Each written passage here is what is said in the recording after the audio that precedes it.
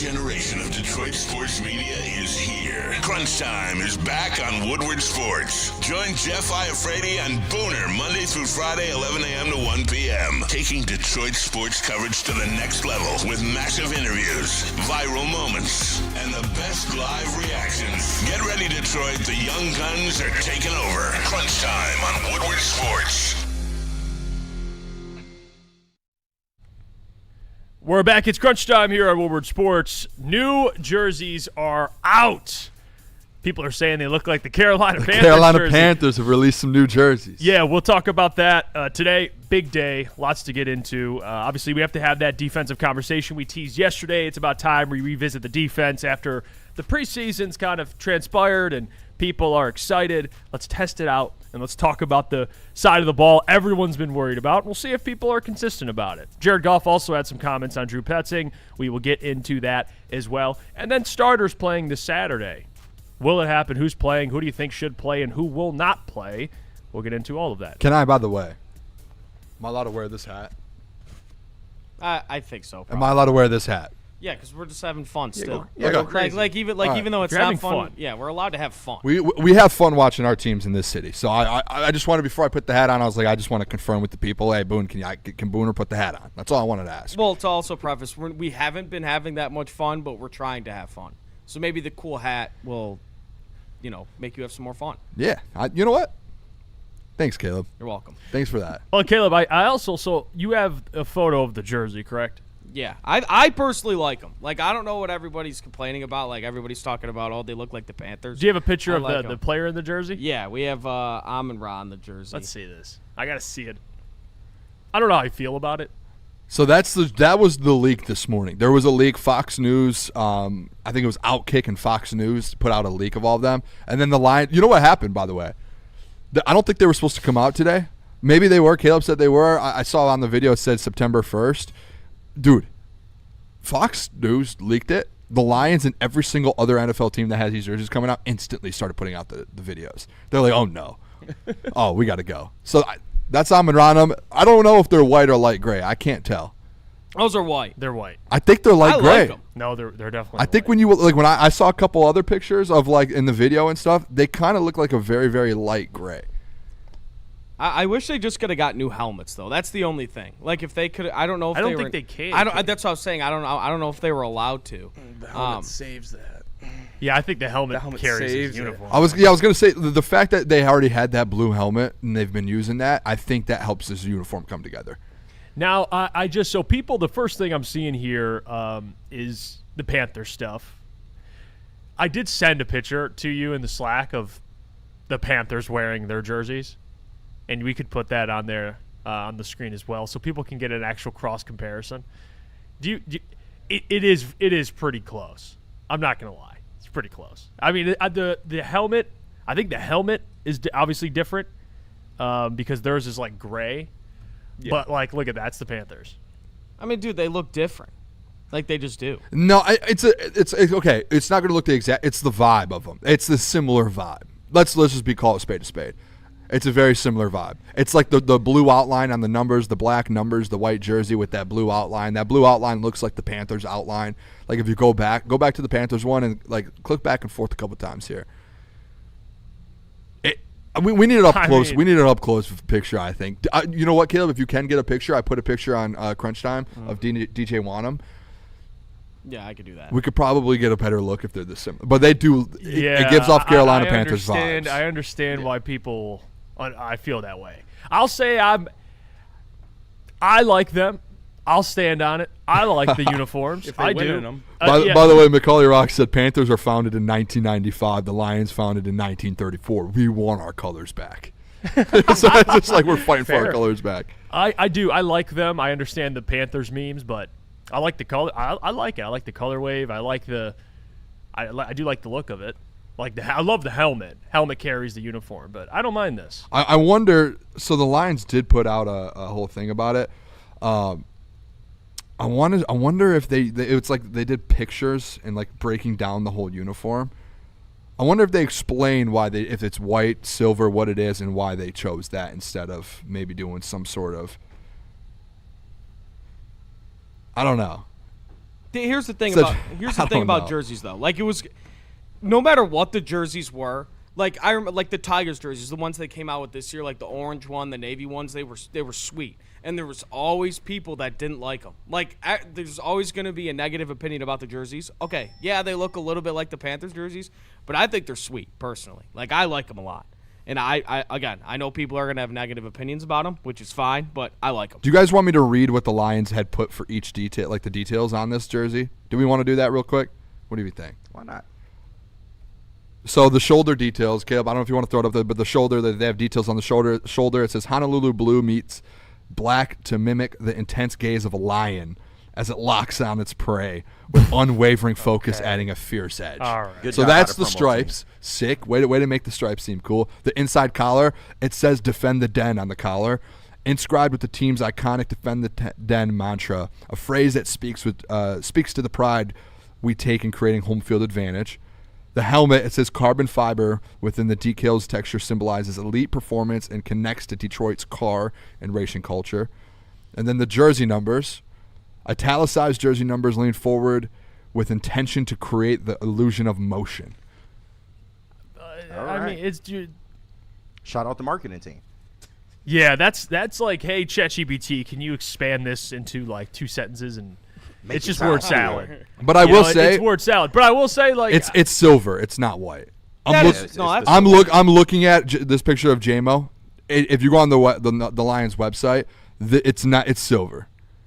More I'm looking at these are silver if jerseys. it's silver, you're better off with silver than white because of the Panthers comps. Yeah. So at least you're getting saved a little bit because it's a little more gray. The old heads wanted the silver back, so you got it. I'm gonna try and send this picture real quick. Yeah, this is silver. I already know Jeff Hayden. I already know. No, Just- I But actually even in like I'll say like I said I don't. I'm not gonna say like, oh, these are the best jerseys. They're fire. I don't mind them. I mean, I understand the Panthers comps, and if people don't like them, I'm not gonna fight you on it. Yeah. It's kind of like, meh, you know, they're cool. I love the helmet. The helmet carries the entire That helmet uniform. is the beautiful. helmet is That's fire. the best helmet ever. Fucking The made helmet in is Lions fire. history. Now the jerseys itself, it's like it is similar to the Panthers. Probably something I'm not a fan of, but whatever. Our colors are similar to Can, the Panthers. can they just y'all. win in the freaking jerseys? That's what I care about. Yeah. If you can just win in these, I think everyone will love Oh, it. they'll pimp them just like the blueberries. Oh, Yeah. we win so many games in the blueberries. So So that's exactly what it is. Yeah, I like Booner, them. those are white, man. That's It's- silver. It's silver. It's not white. It's silver, It's dude. not I'm white. looking. Maybe on the screen it looks white, but like I'm When you looking at watch my the computer video, here you in the can video, tell. it looks silver for sure. Like I do not think they're white. I think they're silver. Like look at this. If Look it at this. is white, it's like a off type of white. It's not. Yeah, that's like a That's not a white. light silver. Yeah. That's what it looks So like. honestly, the fact that they're kind of silver, I fall for it a little bit more. I mean, it's like a be hint honest. of silver. It's not like Yeah, but if it was like white like that, and it's like that's the Panthers. The Panthers, do they have silver jerseys? I don't Do think they? so. he said, yeah, they do. Oh no. Riley. Damn. I haven't seen it. We go to Riley for the research. He's the research department on Crunch Time. I mean, hey, right now the poll, man. Right now, who likes it? The majority is saying yes. We like Really? the jersey. Because we Yeah. did a poll last show and the majority hated it. Yeah, I don't know what's going on with 70-30 this Go chat. hate. Crunch Like- Time. Let's Come go. on now. God. Yeah, no, I like I said, it doesn't. I don't really care. I know it's like a terrible. You should have a take on this. They only wearing them 2 times a year, right? Yeah, I don't really Yeah, care. 2 times. I a mean, they're year. fine.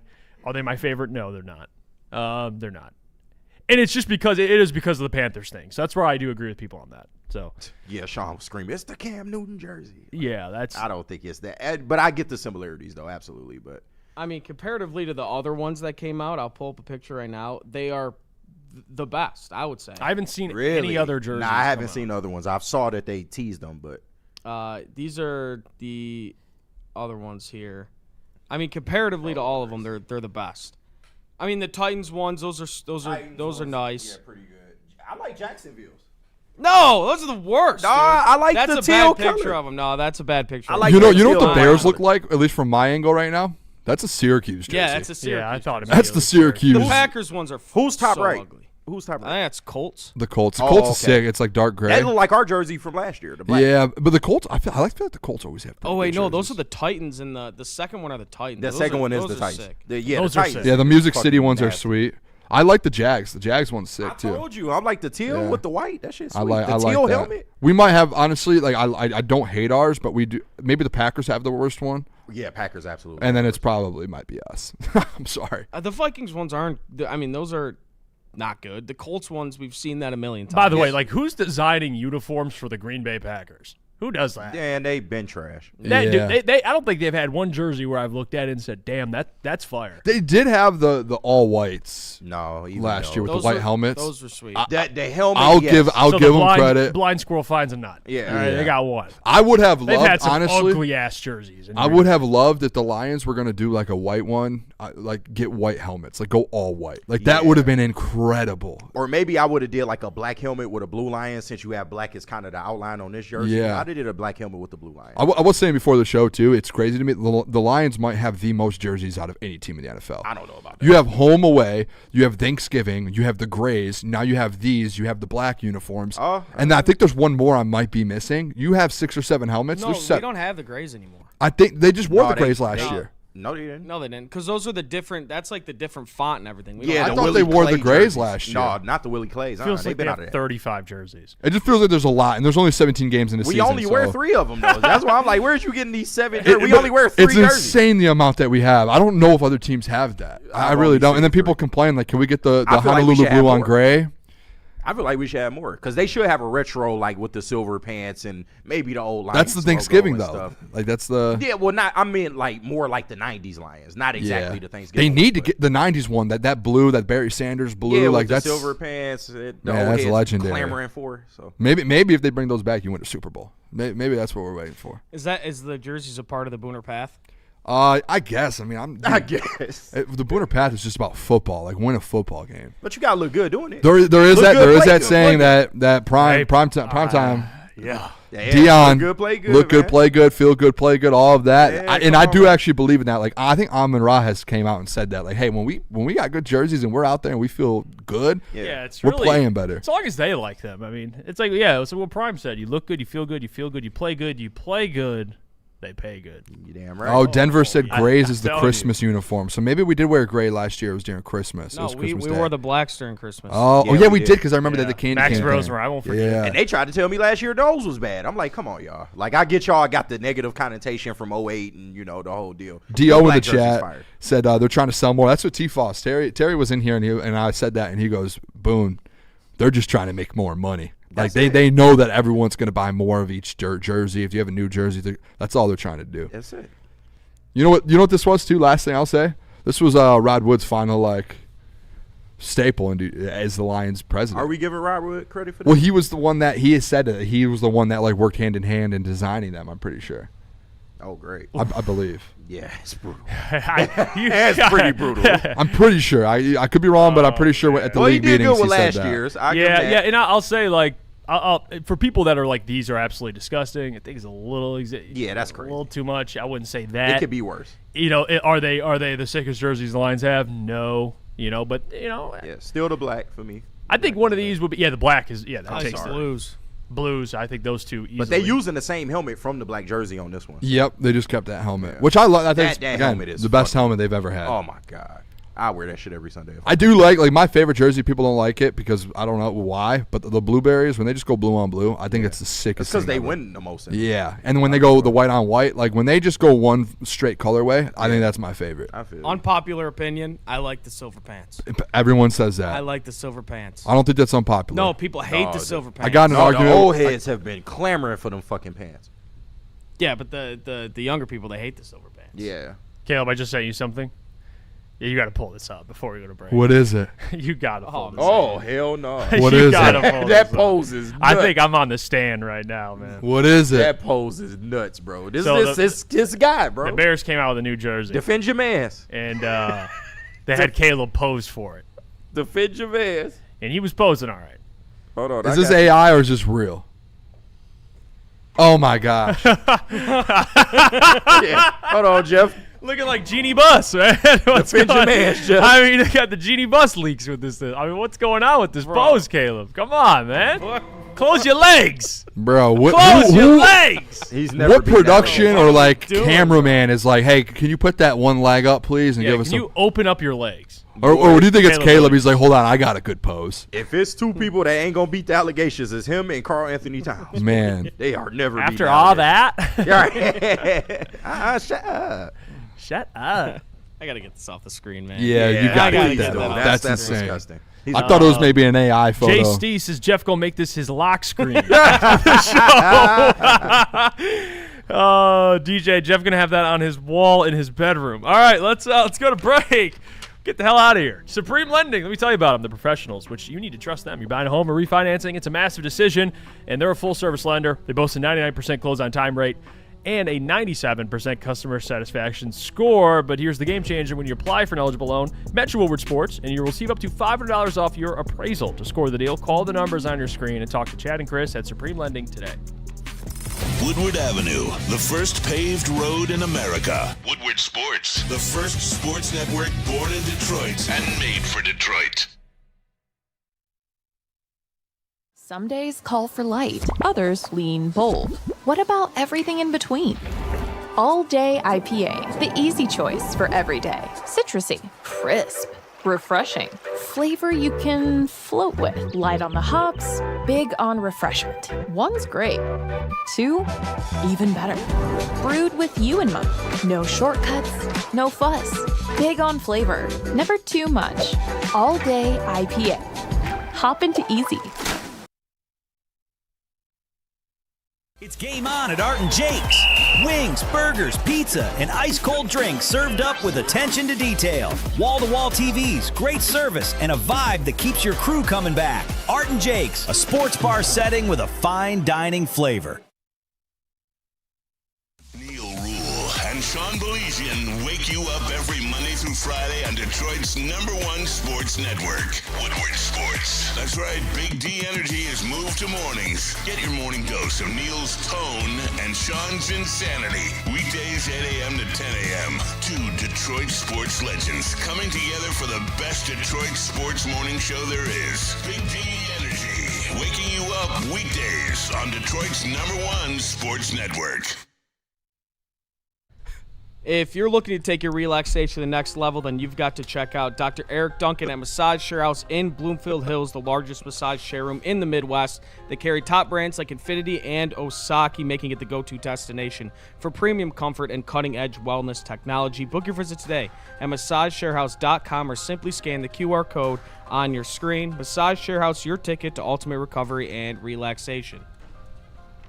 We're back. It's crunch time here at Woodward Sports. We talked about the uniforms. The people have spoken. 57% of the people in our chat like them. Shout out. So I don't I understand was. that one. And in the morning show, no one liked it. was It's such a 70-30, crazy no. how chats are different. I wonder dude. if we put a poll up if, like, are you having fun watching the Tigers in the morning show and then put one up on our show if they'd be Well, right now, probably not because they've lost Okay, 6 true. straight and Yeah, we're they 1-9. Yeah. Yeah, there's a. I'm out on that. I'm not I'm at still that. gonna watch. I'm still gonna watch. Why? But It's, it's like, it's a sad, dark place on Big D Energy right now. It is. What's going on over there, Hey, man? man, listen, and I just keep getting asked questions. Sean It's and Neil sad. just keep. Oh, you having fun? Are you having fun? Well, Like, you had that coming. You yeah, smoked it's the just bear. like, all right, bit's over. By the It way, was Neil fun. Neil today was cooking on Braylon Edwards, bro. Oh yeah, He was sticking up for Bray. Like he if you missed that, there's a reel about it. We're posting it all across social media. But yeah, he was cooking on that, disrespecting Braylon Edwards. Got all the records, man, all of them. I think the whole clip was a minute of Neil just spitting out accolades. Yeah. It is disrespectful that he's not crazy. in Yeah. College Football Hall of Fame, and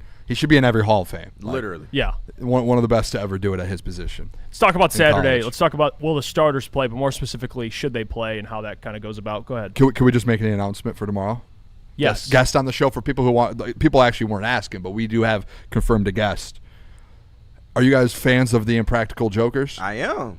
We're all fans. Yeah. One of the greatest shows on television. No way. Murr Yeah. will be joining the show tomorrow at 11 a.m.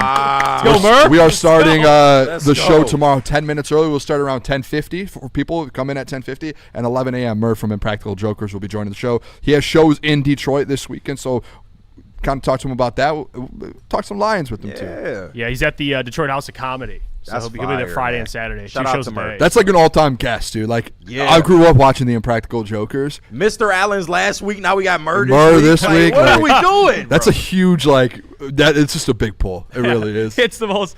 I'm telling you, it's the multiverse, man. I've been telling you, crazy. For real, it's like- the weirdest collaboration of. We had, like Murr joining the Crunch Time on Woodward Sports. It's like what I don't know what's going on, but yeah, he'll be joining tomorrow. So Shout out. that'll be a fun time. But yeah, good call on that one. Yes. By the way, everyone that's watching, also hit the like button. Let's get to 100 likes, 150 likes if we can. This show, we haven't really been pushing it, but it takes a second. It's free. It supports the boys. Let's talk about the starters playing on Saturday.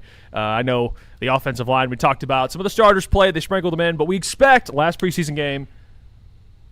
You will see the guys. Yep. And when I mean the guys, I mean the all-pros. guys. The Pro Bowlers. The guys that pose in the jerseys you just saw. So I expect to see those guys out there.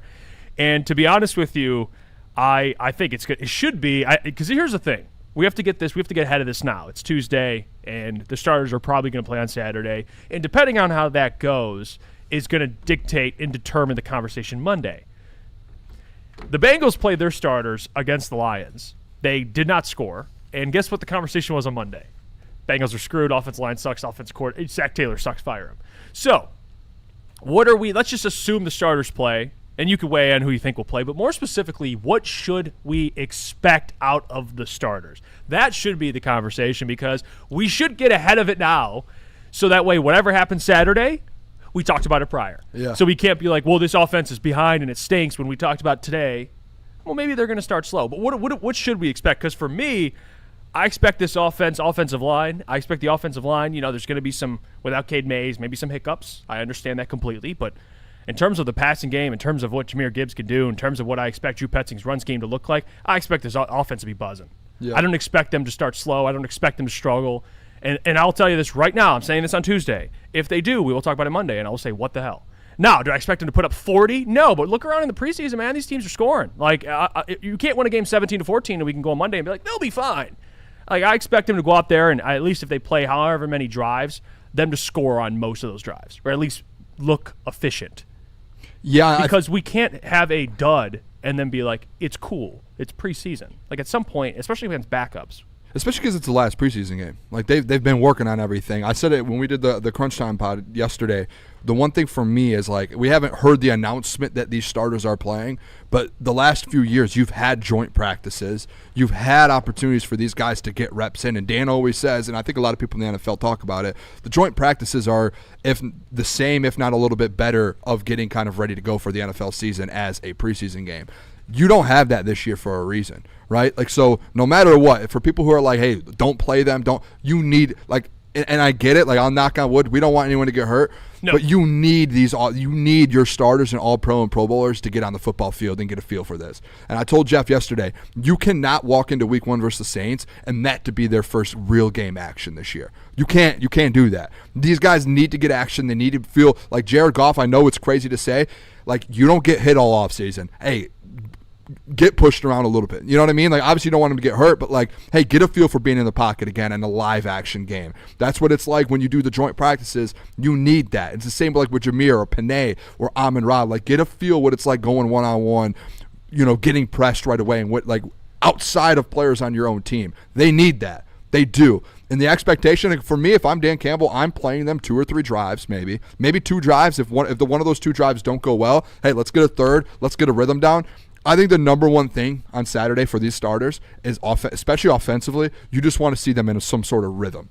And it's not because of Jared. We know Jared and Panay and Amon-Ra and Jameer. We know they've all played together and they have a rhythm. You have a new offensive coordinator. Let Drew Petzing get in a rhythm calling plays with those guys and feel comfortable in a game, like live action, a game format. What is it going to be like when it comes Week 1 and you're at home in versus New Orleans? That's what you need. You need that. So that's kind of what I'm expecting. Defensively, honestly, I don't know if I'm real. Honestly, I'm not really good. Like, Aiden Hutchins, I know he's going to be in live action. I know Jack Campbell. Last week we got to see the secondary would be the only guys that I want to see. They played last week. So we kind of got to see this defense. It's just now you're adding on Jack Campbell and Aiden Hutchinson and Aleem. Maybe I want to see Aleem get a little bit of work in. But that's basically all it is. Like, hey, on defense. But offensively, you want to be able to see this team kind of getting a little bit of a, hey, let's get in some rhythm here. So when we get in versus New Orleans week 1, we are good to go, boys. Yeah. Now, I will say, like, AC says Boone wants JG to be pancaked to the preseason. That's crazy word. Well, I don't know. Hey, what does Dan say all the time? Hey, we got to callus up for the season, boys. Yeah. We got to callus up for the season. JG to be pancaked is crazy. Right. No, but I'll if it's a drive or whatever, I'm with you. Maybe I was a little harsh, but that's what I want. I want efficiency. I mean, this ain't the first year, second year, third year that Jared Goff and Amon-Ra played together. Like, they'll be fine. Sam Laporte, he's out, but, Tyler Conklin, you'll probably see more of. I don't want to see more of Tyler Conklin, but Jameer, these guys, like, I expect them to just ball out. Like, I mean, if it's not, and it's not going to be Drew Petzing being like, hey, here's my best plays. I understand that. It's going to be vanilla. Yeah. He's not going to give anything away. But my point is, like, these guys are all pro players. These guys are better than everybody else on the field. So just go out and show that. Look efficient. Look like you are just much better than your competition. Don't look like the Bengals where they struggled against the Lions backups. Like, I just don't want that. And people will say, well, it's preseason. Well, it's like, guys, what's the point of playing your starters in the preseason? To get them ready, to get them in rhythm for week 1. So if they're not in rhythm and they don't look good, well, then what? What's the point of it then? Like, it's a week 1 last year. They looked like they were discombobulated against the Packers. They looked like they showed up and they didn't show up. So I want the opposite this year against the Saints. I think they'll beat them, but you can't be shaking the rust off in any regular season game. Right. I don't care if it's week 1, week 2, and I think last year there was that a bit of an excuse, like, hey, offense didn't look good. It's only week 1. But, like, look, that game hurts you in the long run, right? Like, you lost the division. You're last place in the division. You don't make the playoffs. And I know it's hindsight, and there was other games in the year, the Vikings twice. But, like, every game matters, especially like last year when you go 9-8 and miss the playoffs by 1 game. Every game matters. And a 17-game, like, this isn't an 82-game season. It's not a 160-plus game season when it comes to the Major League Baseball. You cannot afford to just lose a game. So, like, and I know it's only the Saints, but dude, you have to be ready to go. These guys can't be shaking the rust off in the first 3 drives of a regular season game. Yeah, and the people in the chat, I see a lot of people, the conversation is about how much will they play. I see Rock in there saying they shouldn't play till week 1, so people are still feel the way they feel. Minimum 2 quarters, maximum. Minimum 2 drives, maximum a quarter. That's it. Yeah, I agree.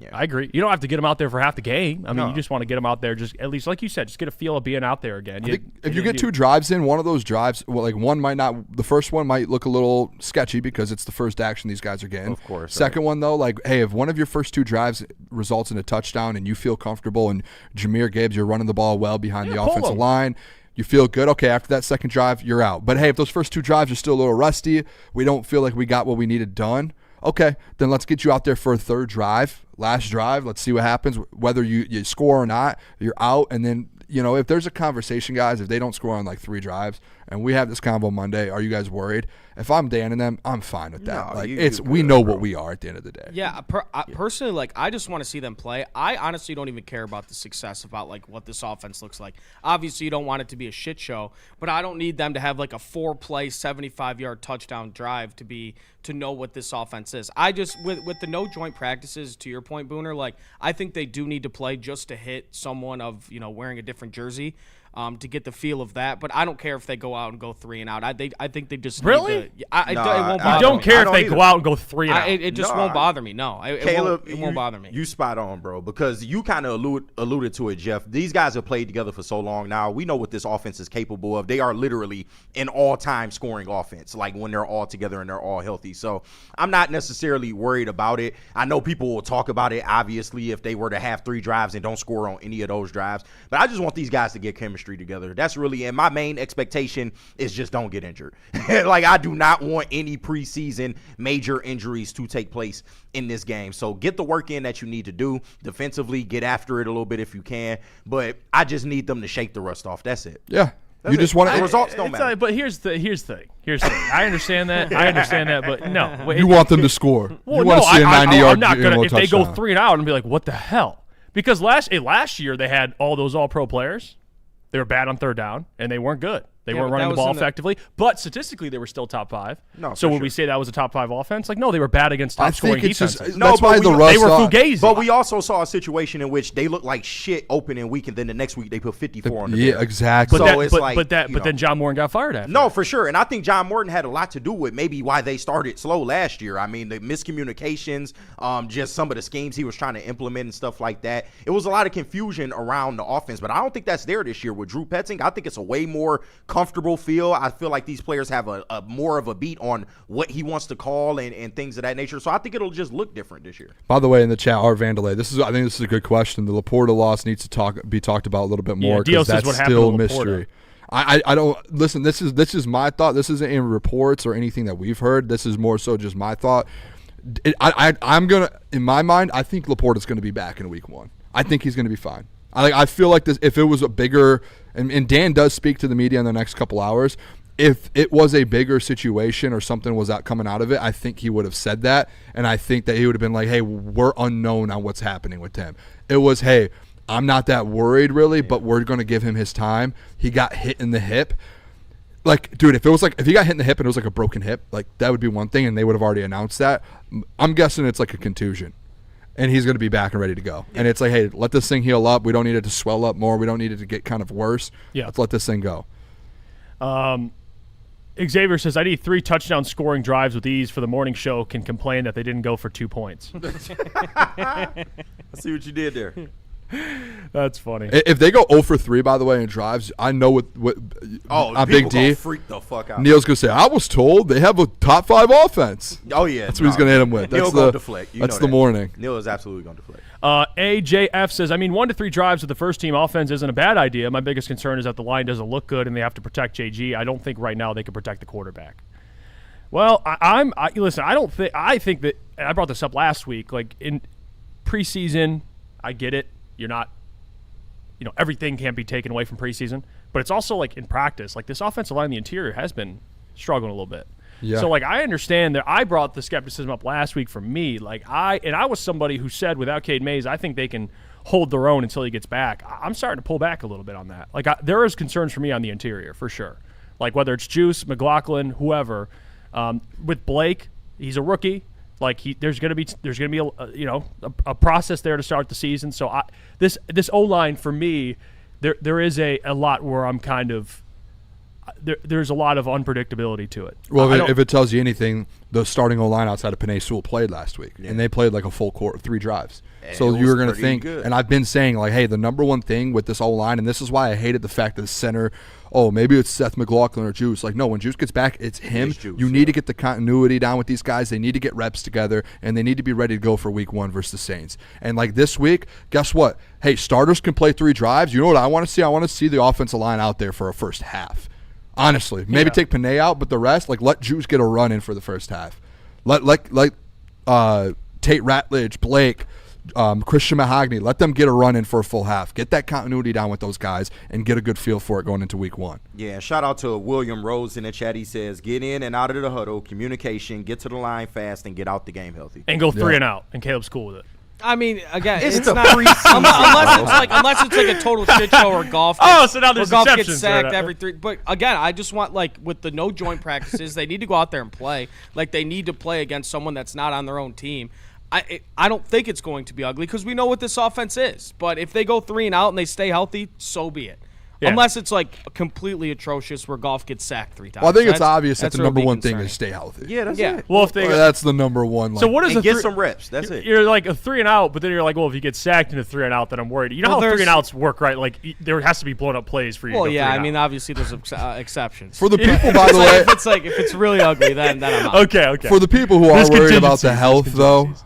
no one was saying this during joint practices last year. They This is weren't. the same exact thing, except honestly, last year you were put in big or more situations of potentially not being healthy because you had 2 joint practices every year. It felt like, Right. So you were constant. Like, I think, wasn't it last year there was like 2 or 3 joint practices? It was, yeah. Your starters are playing in those joint practices, and these guys have been on record saying joint practices are if the same, if not harder, than a preseason game.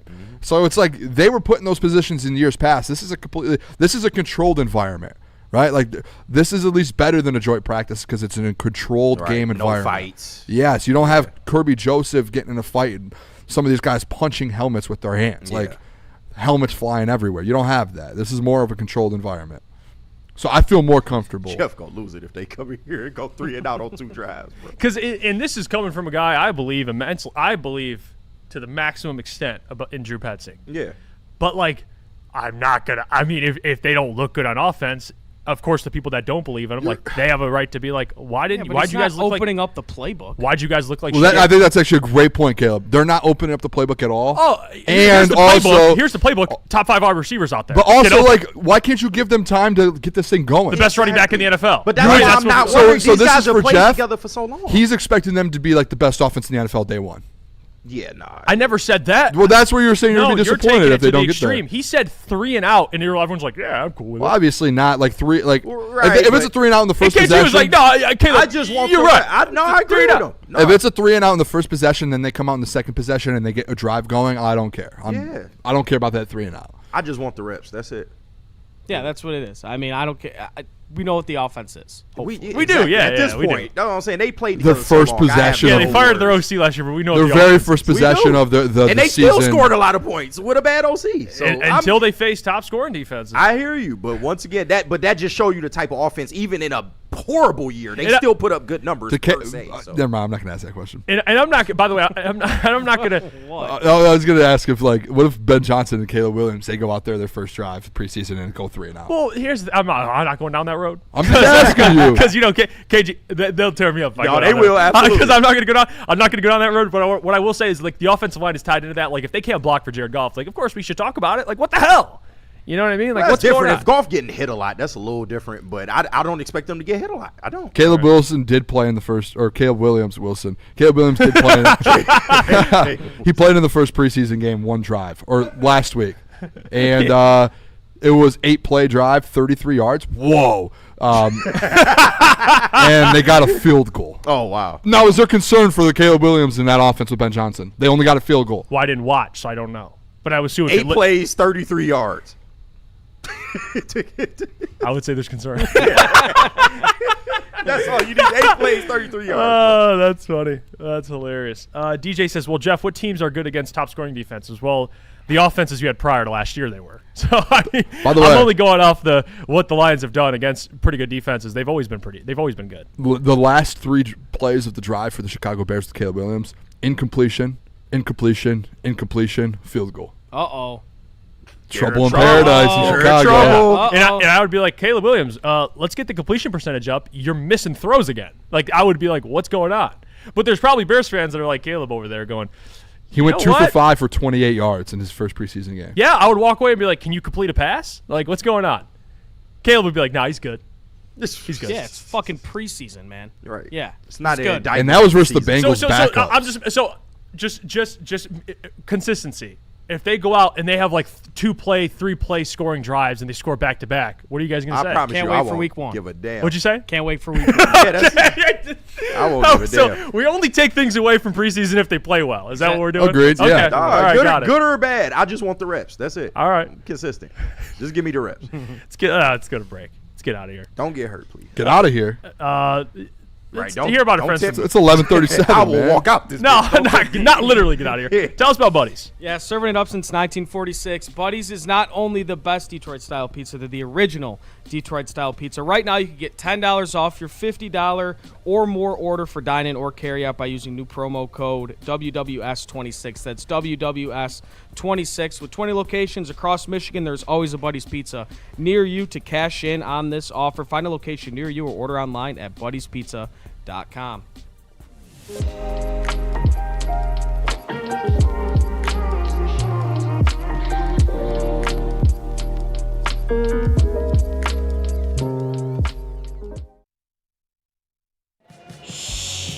Don't tell anyone, but I'm actually a baby. I came in with my mom. Next thing I know, I had a desk. But Feldman's deals are so good, even I can sell them. Right now, get this 2026 Silverado for only $179 a month. Great, another great deal. Looks like I'm working past nap time. Feldman Chevrolet, Michigan's #1 Chevy dealer. It is Joey with Woodward Sports, and in 2017, I trusted Dr. Yeldo with my eyes, and it was the best decision I've ever made. No more glasses or contacts, just clear vision every single day. Hi, I'm Darren McCarty, 4-time Stanley Cup champion. If I had LASIK back in the day, I probably would have won 8 Stanley Cups. So if you're thinking about LASIK, do it now. Tell them, Doc. Come see me. You have nothing to lose. It's a free consultation. For a limited time, LASIK only $19.99 per eye. Call Yeldo Eye Center. Let them know Woodward Sports sent you. But please don't wait like I did. Call them now.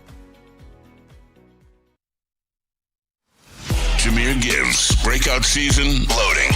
Inside the 5, Gibbs to the end zone, touchdown! Woodward Sports, the most dominant Detroit sports coverage around. All right, guys, most people think energy comes in just a 16-ounce can full of sugar. Guys, get rid of all of that and upgrade your game with the Thrive Energy pouches. Guys, it packs over 300 milligrams of clean and smart caffeine, including alpha-GPC and L-theanine. You get no jitters, no sugar crash, none of that stuff. No. See that sugar crash? You don't get that. I used to go get that when I would have all these energy drinks. You don't get it with Thrive, guys. You can go to dipstop.com. You get 15% off your entire order if you use our promo code WSN, and you can find them at all Market Fresh and Market Square locations. Guys, it's Thrive. They just effing work. Now it's time to talk about the defense, which, again, we're just trying to be consistent as a show. Oh, I see what you're doing here. Yeah, I see what's happening here. I got you set up. This could be a little different.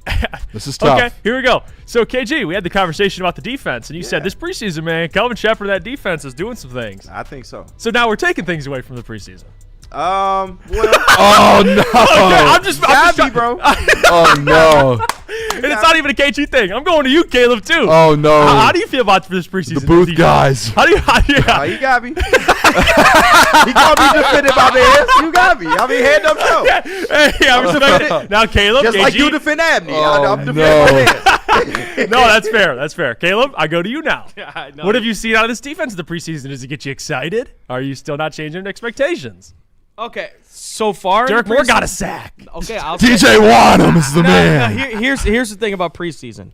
Yeah, I think it's okay to get excited about players you don't know much about, like rookies. And, unproven players, maybe UDFAs, late-round picks. But when it comes to these proven players, do you think Bengals fans give a fuck that Burrow looked bad? No. Yes. No, they don't care. Dude, no, yes. no, they kind of No, do. Cincinnati fans, it's not that Burrow looked bad. It's it was their offensive line. Yeah. They're like, see, we told you. And then guess what? One of their offensive linemen, Cody Ford, dropped. They cut his ass, Cut. These guys are getting cut. This is a serious thing. So let's talk about the defense, because we've gotten to see some players. Devin White was out there in the preseason. You got to see Derek Moore. Wanham got a sack. Skylar Gilhoward. There's plenty of players we can highlight and talk about. Of course, it's preseason, but we can talk about it. We can have some takeaways. But I do want to have this conversation today, and I do want the chat to kind of chime in on this, because we've had this conversation plenty of times on our show just about the defense and Calvin Shepard. And, Dan decided to hold on to him, the defense last year. Up and down. They had the Legion of Whom. Everyone's excited. Calvin was doing a good job. And then, they lost Brian Branch against the Cowboys. Kirby Joseph was injured. And, things started going haywire. The run defense fell apart. They just fell apart towards the end of the season. So this season, you still won't have Brian Branch for, some time. It's actually earlier than I expected, so it's good news. I think he'll be back quicker than maybe we anticipated. Kirby, I don't even know if we can dive into that. We don't really know what we're going to get from Kirby. They've kind of alluded to he'll play at some point. So we'll just operate with that. He'll be back at some point, and they do have an easier schedule. So I just want to get the updated, what do we expect out of this defense? Has it changed conversation? Because for me, I don't expect this defense to be a top unit. I don't. I think this defensive line can definitely help them get closer. Yep. And I think the front seven, there is reasons to be excited. I still have my concerns about this secondary. And what I think, honestly, is going to happen, and the thought process, I was driving into work today, and it popped in my head, what's a good comparison for this defense? And to be honest with you, I guess with this secondary as it stands right now, DJ Reed hopefully can look like DJ Reed before he got injured, and Rock Ya-Sin can just hold it down, and we'll see what the safeties do in filling in for Kirby and Brian. But if they can just be kind of, and it's hard to say this because this defense I'm going to compare them to had Brian and Kirby healthy, so it's hard. But that AG defense where they were basically bend, don't break, that's what I expect. Like, they had a good run defense. They had Aleem playing really well. They had Aiden playing really well, but they just gave up a bunch of passing yards, and they tried to hold teams in the end zone. That's kind of what I'm expecting this year out of this defense. I expect this run defense to go back to being an elite unit. Hopefully, as a defensive line, getting after the quarterback, time to pressure can improve significantly and get back to what you ideally thought with Aleem and Aiden. Now implementing Iwanam and Moore and Ahmed can sprinkle in some production. Tyleek, you're hoping these guys can get back to that. But very good run defense. Jack Campbell will help with that as well. But in terms of like their pass defense, I mean, I'm looking at some of these numbers. The pass defense, we'll just look at like points allowed, right, for the defense. Last year they were 22nd. In 2024, AG had them at top 7 unit in scoring defense with all the injuries, which is kind of crazy. 23rd in 2023, 28 in 2022, and 31 in 2021. Obviously, those years were very different. But I kind of expect them to go back to that. Like, I don't think they'll improve as a pass defense when you don't have Brian or Kirby and what they have at corner, no TA. But I do expect this run defense to get back. So if they can be like a middle of the pack, maybe they'll be closer to 20, but somewhere in the late teens as a scoring defense and just be back to a very, very good run defense unit, then I would feel like that would be my expectations. I feel like that would be like, okay, that's what I expected. I'm not going to put false expectations on them and then go after Kelvin Shepherd. Like, I don't expect this to be a top unit, so I'm not going to say that. This is the thing with the defense in the preseason, and this is where I kind of don't want to like go down the path of, oh my gosh, like I've heard people be like, oh, this is a top 10 defense. Are they going to get back up there? Like, I think it's insane to do that based off of preseason. I think the one thing we can do is say, hey, we were kind of in big question. We were questioning big time what this D-line was, correct? Like, that was one thing that everyone questioned was, hey, what's this D-line going to look like? Yeah. We have seen a Derek Moore who is going to be better for you than probably you've had in the past.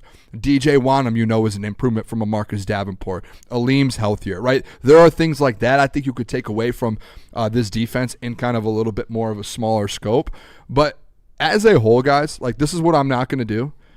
We went into this preseason being like, hey, we have to see this defense perform, not in the preseason, but in the regular season, because they were so bad last year, and the drop-off was so horrendous, and Kelvin Shepherd was so bad that it's like, dude, you need to see this on the field versus a legit NFL opponent, not just in week 1, but week 2 versus the Bills, and week 3 and 4 as you get going, because we've seen this team defensively start off hot and just absolutely fizzle out. We saw that last year. They were good in moments, fizzled out.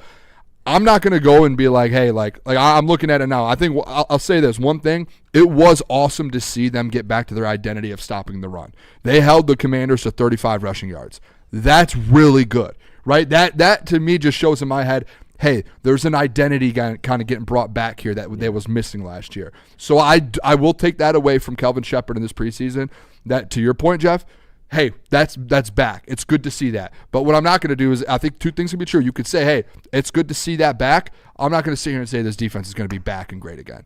I'm not. I won't do it until we see it in the regular season. Because it's easy to be like, hey, Avonte Maddox and Chuck Clark and DJ Reed and, you had Derek Barnes and Devin White. They were all out there dominating. DJ Wanham. Go look who they played against. Commanders, they played their starters one possession, and they didn't play them after that. So they dominated for the first half. Okay. They dominated in the second half. Okay. And I was telling, I think it was Bray or someone back there, they did what they're supposed to do. They went out there as starters in this league and dominated backups and practice squad guys. That's what they were supposed to do. I would have been concerned if they didn't, and this isn't you're going to give them credit if they do and credit if they don't. No. They are expected in the preseason to make those plays. If they didn't, I'm going to hold them accountable because they're going up against second and third team guys. Just like the offense. I'm not. No, I don't want to talk about that. But I'm not. I just can't sit up here and crown them. Hey, they're going to be a top 5 defense this next year because of what I saw versus the Commanders in a preseason game when your starters are going up against the second and third string guys. I want to see it from Kelvin Shepherd. I really do. And listen, I'll crown him as soon as I see it. If it looks good in the regular season, let's go. We finally have a defense that can do this thing. Yeah. But I'm not going to go out on the oh my gosh, this is incredible. No, guys, Let's not do that. That's an overreaction because it's like, oh, football's back. We get to watch football for the first time in like 8 months. That's what that is. Yeah, a little bit. I think top 5 is extreme. I think top 10 is a bit of a stretch. But I think they have enough on this team to at least be in the upper half of NFL defenses, especially when combined with the offense. And I think the defensive line is going to be the great equalizer here. If that defensive line can go out there and do what we all think they are capable of, it will immensely help your secondary. And I think that it will actually, just help make Kelvin Shepherd, kind of look like, because it's not like, once again, the reason why I defend Kelvin Shepherd so much is because it's not like the Lions defense were ass all year long last year. There was points where this defense actually looked like it was good, but once again, injuries took hold of this team and they fell apart. And that's the story that we have had here in Detroit for quite some time, many years, even through AG. So I think they have everything that they need. And I think between the defensive line, the addition of Devin White to the linebacker room, I really feel like, and a possible scheme change, I do feel like they have enough pieces to get this team to an upper in the league defensive level. And we do got to see it. I agree with Booner. We do got to see it, but I'm getting more and more confident as we get closer to the season. I will say this, KG. Like, if we want to say a top 15, because that's the goal. Like, to win a Super Bowl, you have to have a top 15 defense. I don't know if there's ever been, maybe like it's an outlier if a team hasn't been in the top 15 and won a Super Bowl. That might be a crazy outlier. That's the goal every year if you want to be in that conversation. They were, 24th last year, 23rd, around that range. I do think with the upgraded D-line, and I'm not even going to go based off of what we saw like with the second, any of that. No. I just think if you look on paper with the upgraded D-line, I think you can make that argument, hey, they should get back there. Yeah. Because we've seen that before that, with a worse D-line, we've seen AG put a defense on the field that ended up being top 10 on paper and statistics, even with injuries. So, like, to me, it's like, hey, you have an all-pro edge rusher, right? What makes a good defense? To have an elite edge rusher in this league to get to the quarterback. Got one. An elite green dot. Got one. And when healthy, an elite secondary with safeties. Exactly. All 3 levels. Yep. And they have that. So, like, I think you can get there. It's just more so last year, like, dude. And we do got to realize if you can just hold the line injury-wise, you are going to get some reinforcements back at some point. We don't know what Brian Branch is going to look like when he comes back, but I tend to think that he will be okay, or at least, serviceable. And in terms of Kirby Joseph, we don't know, but the fact that you may get him back this season, I think that's a plus regardless. So, yeah, it's no secret that minus Brian Branch and minus Kirby Joseph, that this secondary is not good. But I think one thing that happened under AG, it's not like we were a great passing defense under AG, but we just made teams one-dimensional because we stopped the run so well. And I think with this front seven and kind of this pass rush to an extent, we can make these teams one-dimensional, and that will help this defense a lot. I don't know, like KG, I when you said yesterday, like when we kind of teased the segment, when you said, I really like this defense, I kind of thought about the rest of the day. I'm like, I think I kind of like this defense too. I wouldn't say top 15, like top of the league, but I could see them getting back to, 17, 18, and with this offense, I think that's going to win them some games. Jesus. Yeah, and I brought this up before. It's just it's tough because it's like I don't talk about expectations. Obviously, a lot of people feel like this team can win a Super Bowl, which love that. Like, you should have confidence. I love that. I do not believe this team on defense is good enough to win a Super Bowl. And the reason I don't believe that is just based on history. You mentioned the top 15 defenses that have won Super Bowls. Like, I'll just give you the most important category for me. Run defense is very important, but it's points allowed. I think AG preached about that when he was here. It was points allowed. We got to limit points.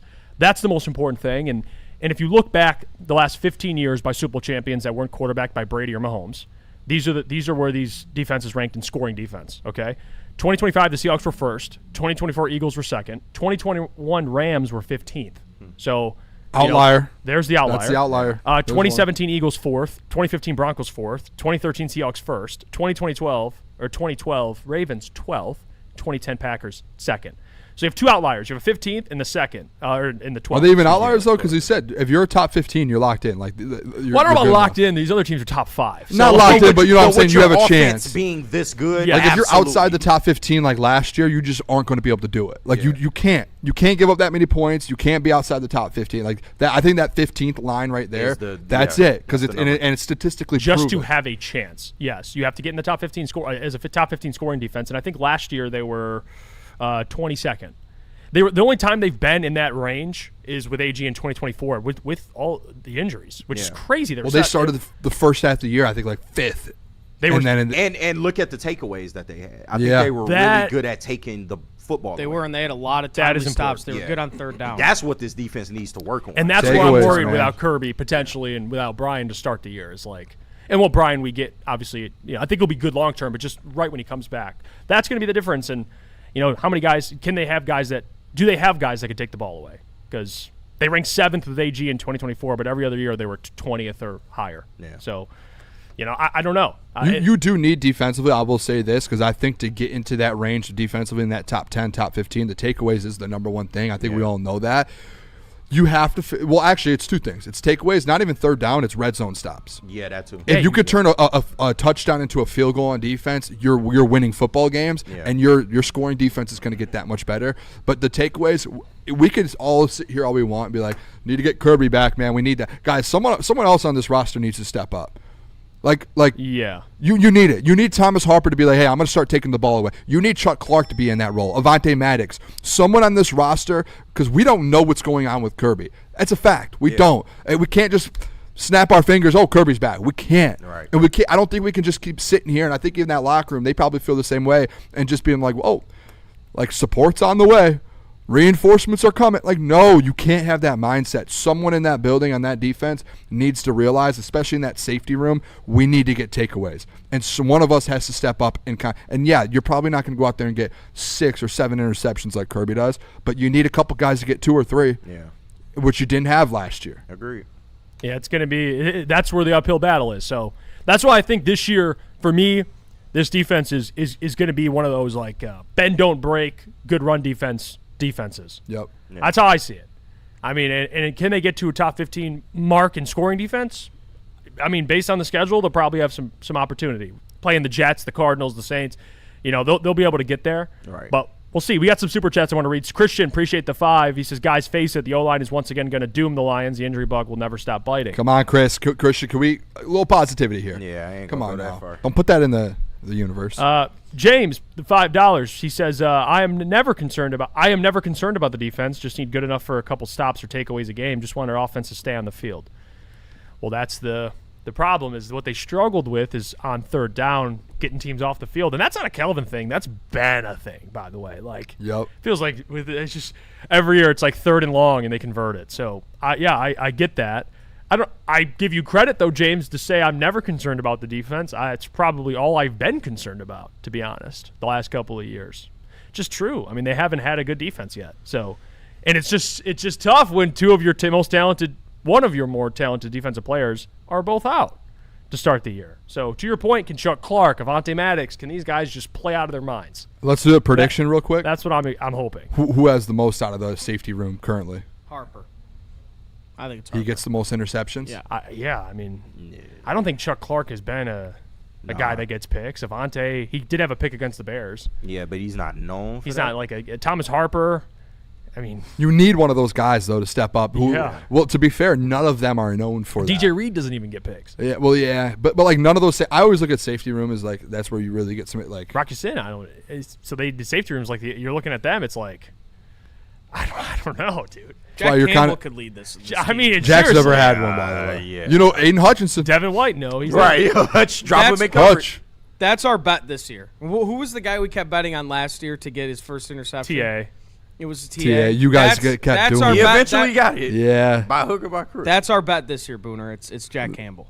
Jack? I like that. I think Jack this year does. I heard Jared was kind of actually talking about like Jack in coverage and practice, and he said the one thing about Jack Campbell that people don't give him enough credit for, obviously he doesn't have an interception, but how long his arms are and how how tall he is with his arm length, where he's like, it's impossible to throw over the top of him, or even like when his arms are out wide, he was like, it's like, and he says he has to like strategically find ways to get the ball over the top of him or around him. Yeah, he's 6'5". With like an insane wingspan. Yeah, it's kind of crazy that he's 6'5", dude. He's you as don't big look as like it on TV. No. So. And Jared did say, he was like, that's one thing, by the way, that helps him with, going up against elite linebackers in this league. He's like, I'm going up against him, and I have to pass over him. So he was like, that's something that's helped me out throughout the last couple of years.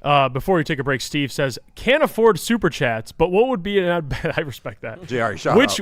Which would be better, interceptions or strip sacks or forced fumbles? They all count the same. Yes, takeaways, turnovers. It don't matter. I mean, Amik Robertson had some takeaways. Just get TOs, man. Yep. He also got toasted a couple times, more than a couple times. But he had some. They punched the ball out. Jack does that too. Forced fumbles. Like, I don't care how it's done. Yeah. Take the ball. Hutch does. I think Hutch was second in the league last year at that. Like, guys do it, man. That's why I've always said, when we do like our pregame shows and stuff, like keys to victory, I've always said, hey, if you win the turnover battle in an NFL game, 90% of the time you're winning it. Mostly, well, if you're a good team, sorry. Like, if you're a bad team and you win it, a good team can overcome that. If you are a good team like the Lions and you win the turnover battle, you're most likely winning that football game. Let's take a break. When we come back, we'll continue the conversation. We got to hear from our friends over at Yaldo. It says buddies in here twice. I don't know why. Shut up, Bomber. Let's talk about Yaldo, though. Yaldo Eye Center, the vision experts. In fact, our own, Darren McCarty, trusted Dr. Yaldo to get his vision right, and he's been raving about the results ever since. LASIK is quick, virtually painless, and most procedures take only about 8 minutes. Many patients are back to seeing clearly as soon as the next day. And right now, Yaldo Eye Center is offering an incredible deal. LASIK for just $1,999 per eye, regardless of your prescription. It sounds like a lot, but if you think about it, glasses and contacts, how much are you spending on that in the long term?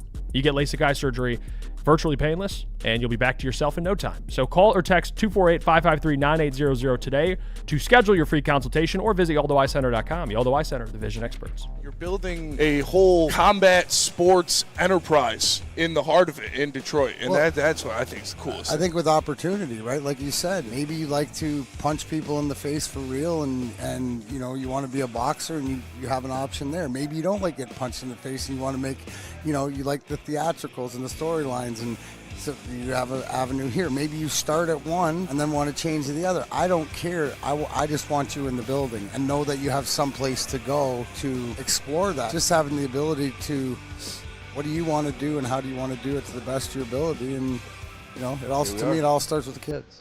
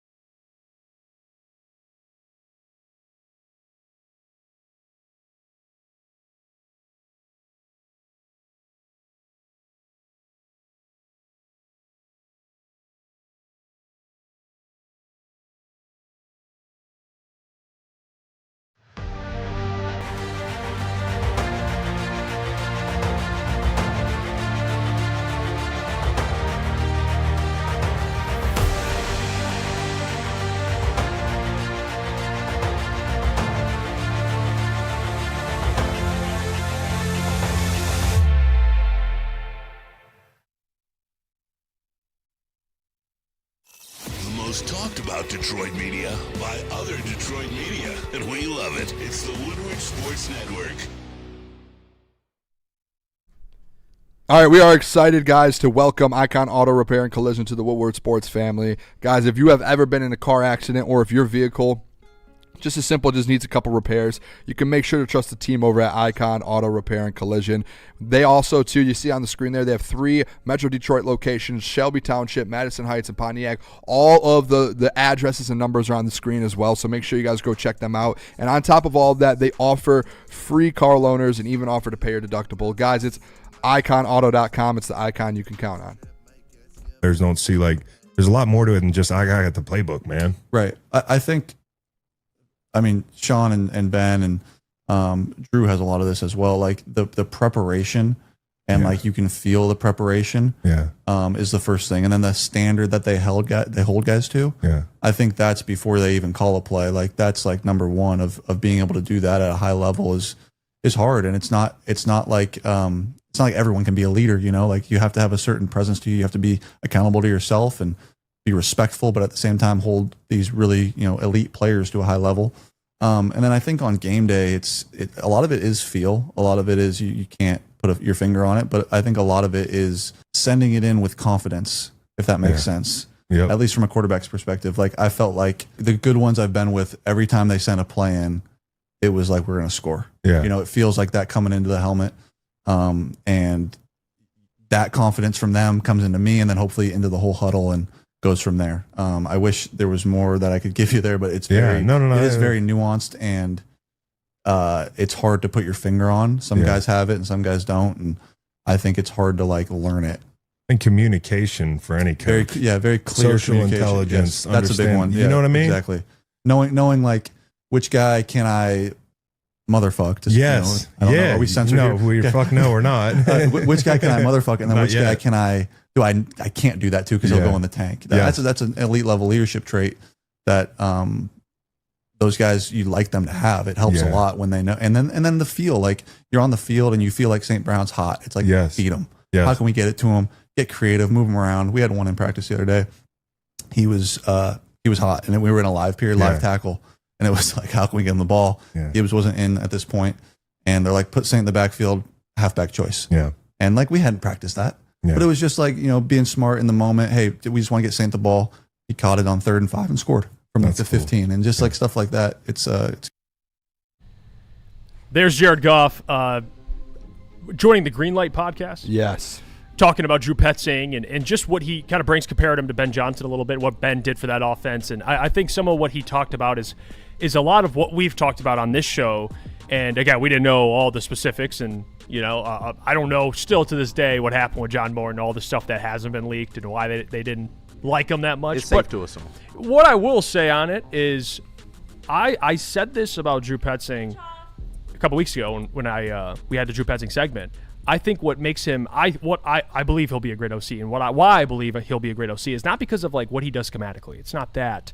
That's part of it, and I think he fits the modern NFL. I think the Lions are going to love him, but it's what he does in terms of building relationships with his players. I think that is like a very underrated part of being an offensive coordinator or a defensive coordinator. And I'll say Kelvin does an excellent job at that with his players. Mm-hmm. So like he's got that down pat already. But like Drew Petzing has a unique way of communicating, and I think it fits, again, the modern NFL. Maybe John Moore was a little more old school. Like, I know Jared mentioned that, like, who you mother F and who you don't. I'm not going to assume what John Moore was doing, but I think Drew Petzing just kind of understands, hey, like, how to communicate with my quarterback, how to have a relationship with my quarterback, how to communicate with my players. Which players can I talk to a certain way, and what players don't I talk to a certain way? Not that he's an asshole, but he just understands the dynamic. And I think that is such an underrated part of being an OC, because there's a lot of guys that can draw plays, but not everybody can coach. Like, I believe Drew Petzing can coach. He's got that inherent ability. And I love the way that Jared and all these guys have kind of spoken about him. Again, you take that with a grain of salt, yes, but I tend to look at Drew Petzing's resume, and I haven't heard any players say anything bad about him. I believe Trey McBride came out and said, I think it was at the Pro Bowl, or maybe after that, but he complimented Drew Petzing. I think players like him. I don't know about the fans in Arizona, but I know the players do, and I think that's significantly important. So I'm glad to hear Goff say it, but it's something that we kind of already talked about, and I think he's nailed that in the coaching department. I think too, like my thing I talk about all the time, especially at OCs, I've said it for months now. It's like you have to have a good feel. Kind of your point there, Jeff. Like that the feel, and Jared said it. Like even in that example in training camp with Amon-Ra St. Brown, like, hey, he's hot right now. We need to get him going. We need to find ways to get the ball in his hand. And I think that's something, like, even with John Moore and even Dan last year, at times when a player's hot, or, hey, like, hey, we got to get the ball to this guy. Those were the moments I think you struggled doing that in the past without Ben Johnson, and that was something Ben was really good at. And I think just to hear that Drew Petzing understands it, kind of this new game of like hey, the NFL is kind of changing a little bit, and you have to be able to adapt, and you have to have the correct feel in today's NFL. I think Drew Petzing has it. Like he does. And obviously we haven't seen it in the regular season, but you go back to the Cardinals, right? If you watch this interview, and if you guys have time later today, go watch the full interview. It's a great interview. But Jared even mentions talking about with Drew Petzing in Arizona, about like, hey, why was Trey McBride having so much success? And guess what he said? He goes, hey, that was his only weapon there. And for an OC in the NFL, going up against some of the best DCs in the NFL, to be able to constantly scheme things open to a player that everyone knows is going to be a target and get the ball, to constantly keep finding different ways to put him in positions to get the ball and get him open and get your best player the ball, I think that speaks volumes itself. That it does, like especially on a team where you have no other weapons but that guy. And I think that's something here in Detroit when you have 5 different weapons that are elite and Pro Bowlers. Okay, now I have more to work with here. And on top of that, we actually have a really good run game, which Drew Petzing was good at in Arizona the last couple years too. I have more faith this year going into this season with Drew Petzing than I did with John Morton. And I think it's a night and day difference. I think Drew Petzing is that like new age offensive coordinator. I'm not going to sit here and say he's Ben Johnson or Sean McVay or any of these guys, but I think the vibe and how he approaches the game is the same way that those guys do it. And that's what like Dan messed up last year, guys. He should have went that approach last year instead of going the old school way because there was a guy that was in the building before. And he went an old school guy that does it his way or the highway. And I see people in the chat saying, guys, go compare what John Morton's and Jared last year was saying about John Morton. He like there was times last year Jared was straight up to the media and saying like, I'm still trying to figure out this this language from John Morton. Like I'm still this is different. Like it's totally night and day different, and you can tell it. And if you can't look back and see that, I can't help you at that point. I really can't. There's still seats on the bandwagon, the ball head minutes bandwagon. If y'all want to get on, yeah, feel free. It's unless they go 3 and out. No, I'm just kidding. Yeah, with that. But what I will say also is the point about getting your best player involved. Like John Morton, J-Mo was on a milk carton for a quarter of the year after he hyped him up all preseason. Yeah. Oh, we're gonna get J-Mo the ball. We're gonna do this. And that ain't J-Mo's fault. He was on a milk carton because they weren't involving him. And Dan Campbell was like, "Give me this shit." Right, I got it. Get him the rock. Unplug his headset. Yeah, we'll figure. Yeah, don't. It's like little brother unplug the controller. That's what it felt like. And then Dan Campbell's like, "Give me that," and they got J-Mo involved. So with Drew, it's like part of being an OC is keeping your players happy. Like when have players with Ben Johnson came out and said, "I'm not getting fed"? Like no, everyone was happy because everyone was getting fed. And this is an offense where they do have a ton of talent that everyone needs to get touches. So it is a hard job as an OC because you have to make sure everyone's getting touches, but. We've seen, at least with Drew Petzing, his best players are getting touches, even though he had one. But with this offense, I don't worry about that as much because I think Drew is going to embrace the fact they have so many different weapons, and he'll make it a point to spread the ball around. Yeah. So that's what I think. Yeah, I think it does feel a little, and I see some people in the chat saying like, well, I guess you just brought it up, Booner, like, oh, like Goff was saying the same stuff last year. Goff is just very good at coaches talk. Like it's always going to sound the same, but it does feel a lot different this year. You get a younger mind in here, and I'll go hand up. Right when the signing happened, I didn't like it. I looked at he was the Cardinals' old OC, and I said, how the hell is this going to work? But I think the fit's really well. You bring in a young mind, and that's kind of where the NFL is shifting to, is younger minds. He loves to run the 12-13 personnel. I mean, and everybody, every player, every coach, this training camp has said how much they have liked Drew Petzing. And again, a lot of these guys are good at coaches talk, but it does feel a little bit different than last year with Johnny Mo.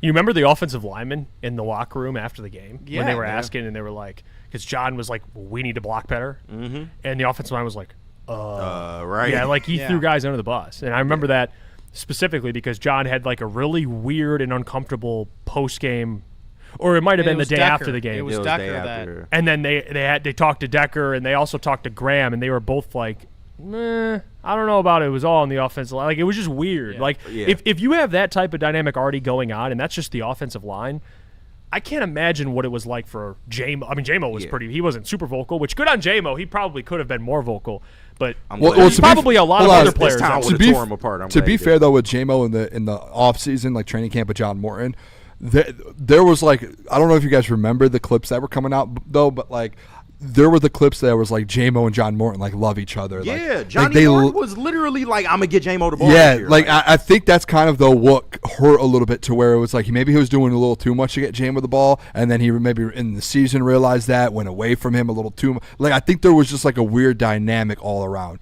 Because remember, like camp, they were literally like Yeah. J-Mo was like, I love John Moore, and like we're yelling at each other, having a good time. When we went to camp and watched, it was like every first play of a possession, there was a deep shot to J-Mo. Oh, another deep shot to J-Mo, another one. It was like he loved having J-Mo as a weapon, and then something just happened. I don't know. The whole dynamic of that whole it's the adjustment. It's like, okay, the offensive line's not good, so we can't push the ball downfield. We don't have enough time. Okay, then how can you get J-Mo involved without having him just be basically Deshaun Jackson? Right. Like he's not just you're sending this guy on go routes. You know, J-Mo's he's more a complete receiver than that. Like there's other ways you can get him the football. No creativity at all. That's what was lacking. Is there's no creativity, and you know he mentioned like Amon-Ra in the backfield. Like that's just the creative Ben on the Johnson fly mind. too. Which like by the way like that play. The stumble, you know, where the stumble bump, whatever they call it, that actually Alabama used with Ty Simpson, where Jared acted like he tripped, and then Jameer fell, play action, and then Sam Laporta was wide open for a touchdown.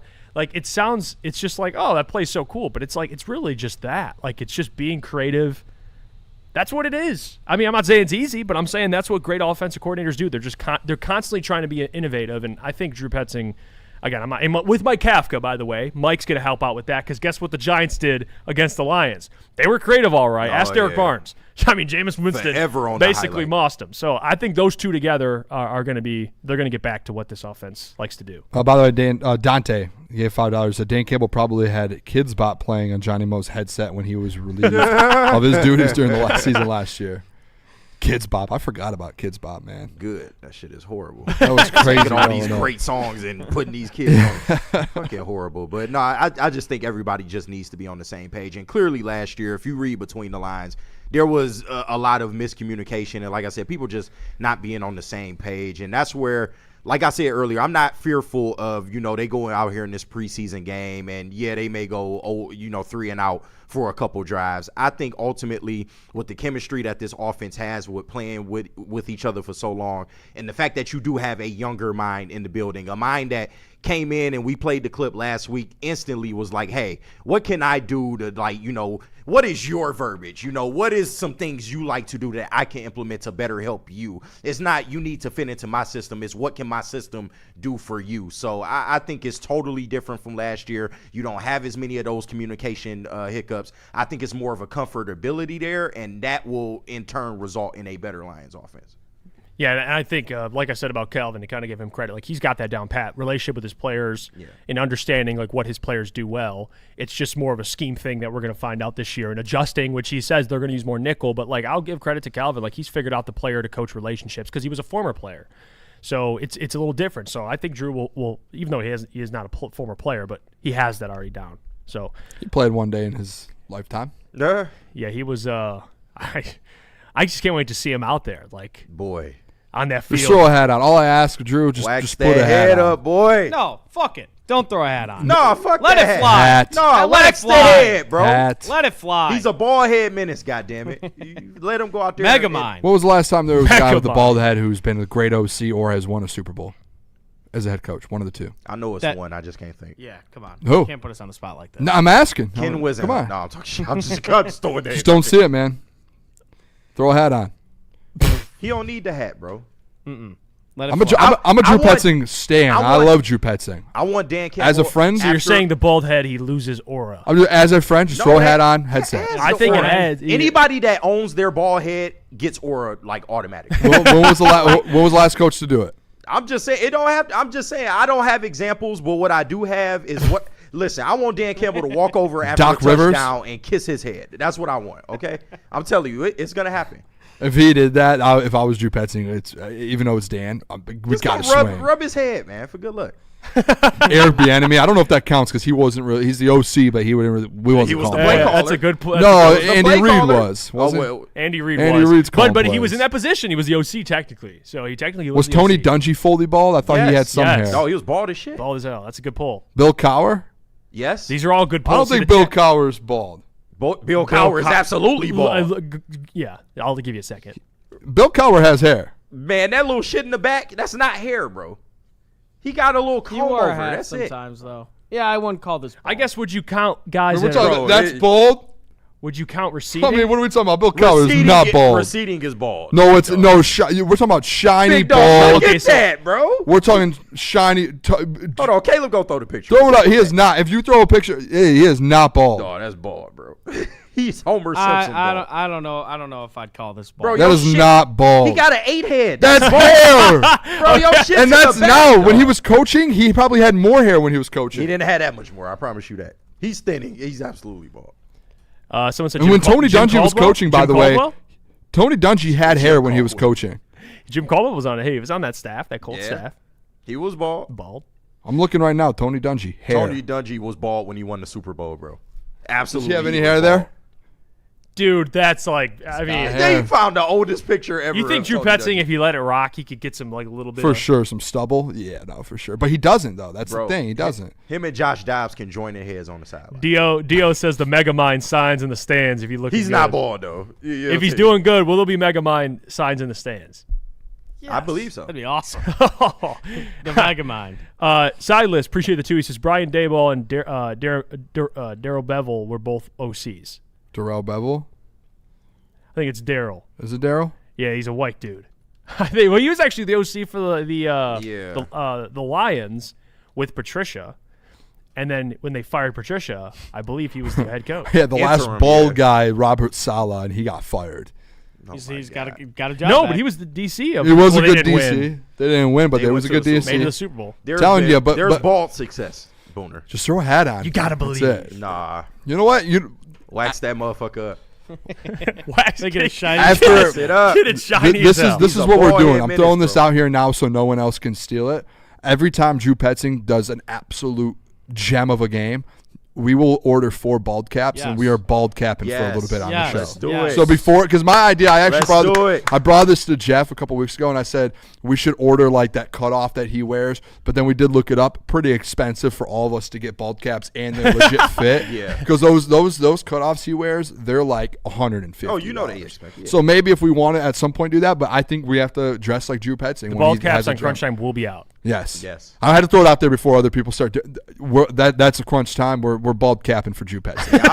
I'll tuck the dreads. Bald capping for Drew Petzing. I will tuck the dreads. Man. Oh, that's crazy. Get on the bald head menace bandwagon, bro. Still time. Hey, It's I still love it. time. Is there any other shows on this network that aren't on the bandwagon of Drew Petzing that we need to I get think on? everybody. I mean, you're I on. think most people here are. Big Okay. D's good. I Yeah. believe Braylon Anson. Braylon might be. I don't know.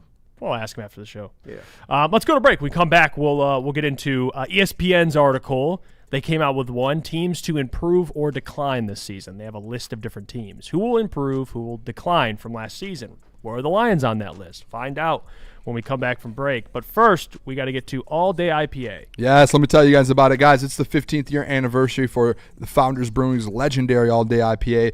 If you haven't had it, go try it. Go pick it up at the store. It's a citrusy, crisp, and refreshing drink, guys, with the perfectly balanced taste. And it has 4.7 ABV, guys, so it is built to go the entire distance, whether you're watching a football game on a Sunday, Thursday night football, Monday night, whatever it is, or if you're out on the golf course, whatever you're doing, it's built to go the distance. And as well, right now you can get $5 shorts at any Art and Jake's locations, guys, in Michigan on Mondays for Monday Night Football, Thursdays, Thursday Night Football, and Sundays for Sunday Football with the Lions, guys. Go get those $5 shorts, and as always, please drink responsibly. For more Detroit Tigers coverage, make sure you subscribe to Woodward Tigers on YouTube. All Tigers, all the time. For the hardcore Detroit sports fans who can't get enough of the Motor City's teams. All season long, you'll get non-stop Tigers content from on-field interviews, post-game reactions, and roundtable insight from Woodward Sports.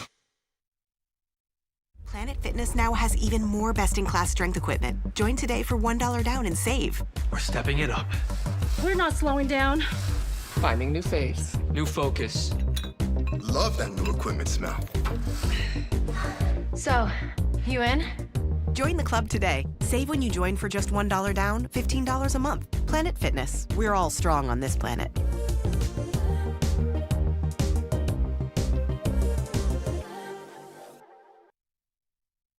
You know how some things are so good they should be world famous, but they're not?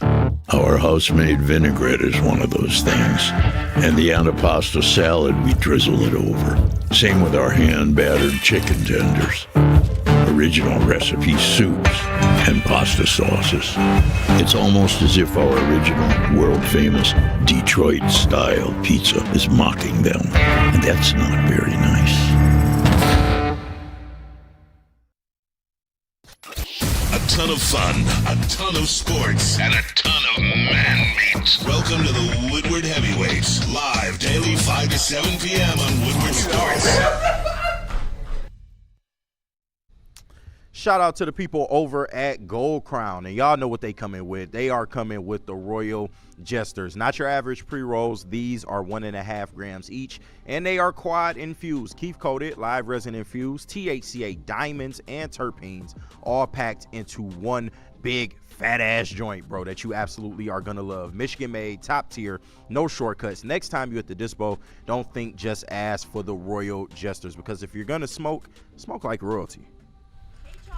We're back. It's Crunch Time here on Woodward Sports. I talked about it before we went to break. ESPN came out with an article predicting NFL teams most likely to improve in 2026. Also, teams that could decline. We'll find out where the Lions are amongst those two different categories. But there are some other teams in this improve category that we could talk about before we get to them. Let's start. You guys want to start improve? Yeah, let's see who they have in improve. So the ESPN has 5 teams in the NFL that will improve this season based off last year's obviously record, going into what their record's going to be this year, and obviously strength of schedule, different things like that. Can we do this? Can we have the chat? There's 5 teams that are on this list for improving. Can you drop the teams that you think should be on this list in the NFL? I want to start with that, and then I'm going to start going down the list here. So drop them in there. Let's start with team number 1. ESPN has, for the first team to improve from 2025, the Kansas City Chiefs. Okay, that's fine. I don't mind that. 6-11 last year. It says here 1-9 in games decided by 7 or fewer points. So 1 possession games, 1-9 in 1 possession games. Obviously lose Patrick Mahomes at some point throughout the season to that ACL. Yeah, it's a tough division they're in too. So they're kind of one of those wild card teams that they could win the division, they could be third in the division. I don't know, but yeah, they lose Mahomes. He's back. That's fine. I think the Chiefs nailed the draft too. So absolutely, they nailed it. I think there's a world. I was looking at it today, this morning. I want to do like a kind of a little bit of a parlay of like teams around the league, like their win total. I had the Chiefs. I had them in that at 10 wins. I think they get back to where they were. And I said it earlier this summer. I think they probably win that division. I know a lot of people have like the Broncos still, is Chargers, Mahomes but starting week 1? He is supposed to be. He's on track to. Okay. Yeah. If Mahomes is back, I don't see a Mahomes world. All bets is off. And you know one thing that they've always kind of not been bad at, but they've never really had a legit running back in that building. They have Kenneth Walker now. Yeah. Ain't Andy Reid bald? He has some hair. Barely. And he loves cheeseburgers, which I love cheeseburgers. Next team here on this list. What's so funny? Next team on this list. Team to make a jump. Team to improve from 2025 to 2026. This team had a record of 4-13 last year. They were 1-6 in 1 possession games. New head coach, the New York Giants, are on this list of teams to improve. Another team in the NFC that you don't know about. Could wild card teams. Jackson Dart could be really good, or he could stink. I don't know. And they almost signed TA, which was interesting. Yeah. But New York's one of those teams I just have no clue. They could win 7 games. They could win 5 games. They could win 9 games. They got a lot of hype behind them this year. Yeah, I don't know. So that's another one. But yes, they're better with John Harbaugh. This next one is, I think, the most shocking one of them all. In 2025, they had a record of 3-14. The New York Jets. No way. Are listed on here as a team that's going to improve from 25 to 26. With Aaron Glenn, former Lions DC Aaron Glenn. Improved to 4-5. They have the 6, It says here they have the 6th easiest schedule in the NFL. They have an adult at quarterback. Well, based on his actions, he's not an adult, but Geno Smith, I guess he's so. better than what they've had, I guess. Yeah. They wrote back to him, I guess. Yeah. But that's, they did. They wrote him off and they wrote back. They did right back. I mean, okay, fine. I don't want to root against AG, but I think he's probably out of there. I mean, they're going to suck. He's cooked. I mean, what are we doing right now? He fired his whole staff. When you talk about teams that's improving, though, like, you won 3 games, well, they improved to 4 or 5 wins. Yeah, are we going to really put that on there? And like, dude, you're still like the bottom of the league. Yeah. That's the tough part. Yeah. Shout out AG. Shout out AG, man. We do love AG, though. The fourth team here. I think this one's actually very fair. I think this is a good one. I think like the Chiefs, this team kind of falls in that category. They were 8-9 last year. Down year. Quarterback gets hurt. Ravens. The Baltimore Ravens. I knew they would be on this. And I think, honestly, I would have to say I get a feeling with them with the Chiefs where I think the Chiefs win this division, bounce back. I think the Ravens come back. They finish, I think, 3rd or 4th in their division. I think they bounce back and win that AFC North. And that defense is not going to be as sorry as they was last year. No. Like, I'm telling you, Jesse Minter is a damn good coach. Yep. They're going to be humming this He's year. one of the best defensive minds in the NFL. Yeah. And I think that's pretty fair to say. I'm sorry about that. I had to respond. I did not even hear what you just said. Please just give me the team again. The Baltimore Ravens? I love Jesse Minter. Yes. I'll say that. Glad you mentioned it. Love Jesse Minter. And I'm not a defensive head coach kind of guy. But I do have sometimes these exceptions that creep in. I think Jesse Minter might be one of them. I think because so, yeah. and he has to nail his OC to kind of get this right going forward. We understand how that works. Mike McDonald had Clint Kubiak, and now he's gone. So I'm not going to sit here and say the Seahawks are just going to be okay and win a bunch of games. They have to figure out without Clint Kubiak. It's how it is as a defensive head coach. But Jesse Minter, dude, the dude's a stud. And they got a really good OC. So I think this year, I don't know about the future and replacing who they have at OC, I think he'll be good. I'm confident they win this division. Yeah. And I know they have like the Bengals, Steelers, but like the Bengals, people obviously will have that conversation. Steelers ass. But I think like off a down year last year, I think like Lamar, he was hurt. I think this is a big year for him, and especially that defense. That was the biggest thing. They'll win that division. They should anyway. Yeah, this is far and above Lamar's biggest year of his career. Like with Harbaugh gone, you kind of got a new team here. This is the biggest year of his career, and I think they're going to be back to like 11, 12 wins and make the playoffs, win their division. Final team on this list for teams to improve by ESPN, the one and only, the Detroit Lions. I hope so. Damn. The Detroit Lions. It says here, let me pull this up real quick. I'm losing it. 9-8 last year. They were 2-5 in games decided by 7 or fewer points. So 2-5 in one possession games. Have the second easiest schedule. Point differential in 2025, even going 9-8, missing the playoffs, plus 68 point differential it has here. An so insane. Weird. It's what you were talking about, KG. They dropped 50 on the Bears. Like they had these blowouts. Yeah. Well, they had like the 50 against the Bears, but then they'll have games where they can't score. Very conflicting. Or they can't move the stats. ball. Yeah. Like the Eagles game, or just weird these one-off games. So, they should improve. I mean, you're assuming that again, new OC.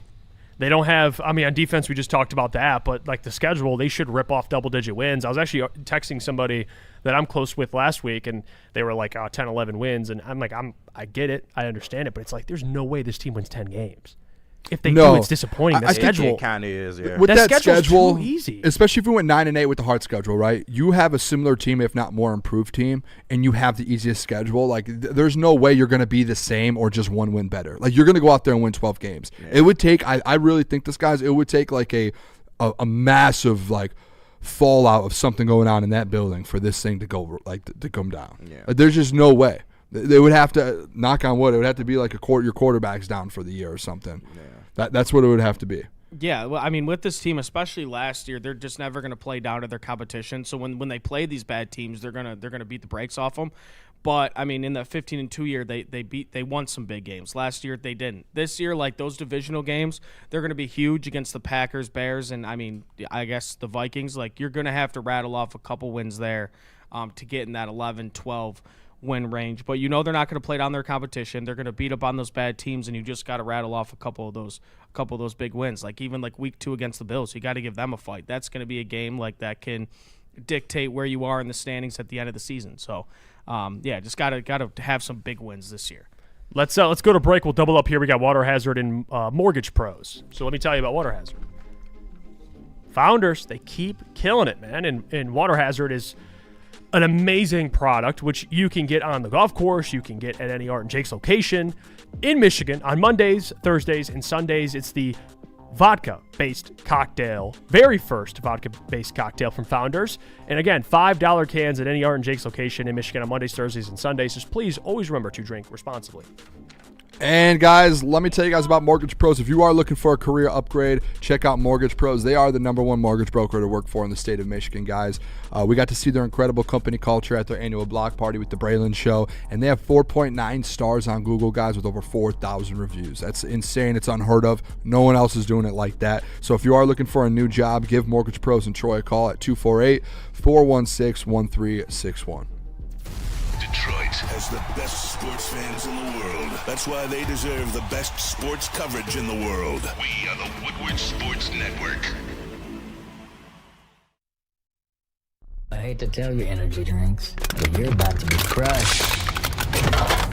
Thrive nootropic energy pouches are here to change the game by delivering steady, focused performance in a clean white pouch for a fraction of the cost. And unlike other brands, Thrive comes from an American company that's been leading the way for over 30 years. So stop drinking gut rot energy drinks and why don't you thrive for a change? It's just better. It's game on at Art & Jake's. Wings, burgers, pizza, and ice-cold drinks served up with attention to detail. Wall-to-wall TVs, great service, and a vibe that keeps your crew coming back. Art & Jake's, a sports bar setting with a fine dining flavor. We don't like to brag that we are the toughest sports network in Detroit, but we do have a guy named Darren McCarty on our side. Woodward Sports. All right, guys, there are regular sports bars, and then there's Art and Jake's, and nobody even comes close on game days. Football season, it is here, guys. You have Saturday college footballs, Monday night football, Thursday night football, Lions, Sundays. You have it all, guys. You can go to Art and Jake's. They have over 80 wall-to-wall TVs, 22 draft beers on tap, and they have a menu packed with fan favorites, especially the Crunch Time Bites. Go get them. You can scan the QR code on the screen to join AJ's fan club and the AJ mobile app today, guys, and you can follow them at Art and Jake's on socials and find a location near you. Guys, it's Art and Jake's. It's a sports bar setting with a fine dining flavor. Hey, you at home. I see you there. You want to smoke the blunt, don't you? I know, I can tell. I'm looking dead at you. And listen, Amnesia has got you covered because they have this new 1.5 gram bubble hash glass tip infused blunt that's bringing a whole new meaning to the words smooth finish, combining premium bubble hash with a sleek glass tip for a new way to enjoy the classic. It's the latest addition to the rapidly growing lineup, and it's available at a dispensary near you. A smoother way to stand out. It is Amnesia. We're back. It's crunch time here on Woodward Sports. Dan Campbell is speaking to the media, and things are already coming out. We'll see if we can get some of these clips, but a big one that just happened. 2 updates, injury updates. One, Dan Campbell says linebacker Damone Clark is done indefinitely. Oh, no. Indefinitely, he's done.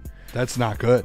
And also, Thomas Harper, update, ankle injury, might be another week for him. So Damone Clark, that's a big one because he had a chance to make this roster. It was like him and Eric Hunter were kind of those special team guys who's going to get that final roster spot. That's actually massive news. So that one right there is one to pay attention to. Yeah. So DeMar, that makes. I mean, we were talking about Jimmy Rolder coming back and who would be the odd one out. I kind of had a feeling Damone would be the guy that would probably be the odd one out, but he's out. So I thought he was winning that job too. By the way, he's been the most. He's one of the more consistent guys because he is a vet, right? He's been in this league 5 or 6 years. And what was the stat that you gave? You were talking about the special team stat and how good he's been in special teams. He led the NFL in special teams tackles multiple years, I believe. Yep. So that is a massive hit. So he's out. And then Thomas Harper, it was confirmed he had an ankle injury. And then Eric Woodward, ESPN, put out that Dan Campbell said that there's still open spots available on this roster for competition, and he's looking to use the final preseason game in Indiana to make some big decisions. Wow. So where do we think, what position group do we think that is? I would say my mind probably goes to corner and defensive end. You have it? Yeah, I mean, we could run. We have the press conference up if we just want to react to it live. If we want to do that. Yeah, we can 3-box it. Jump it in. Let's do it. Yeah, let's watch. Big dog. So we could just start at the beginning and we can kind of go through. Obviously, where does his? Start at the beginning? I guess still. I would think, right? Yeah, it's probably like a 10-minute press conference. We can react to it, talk about it.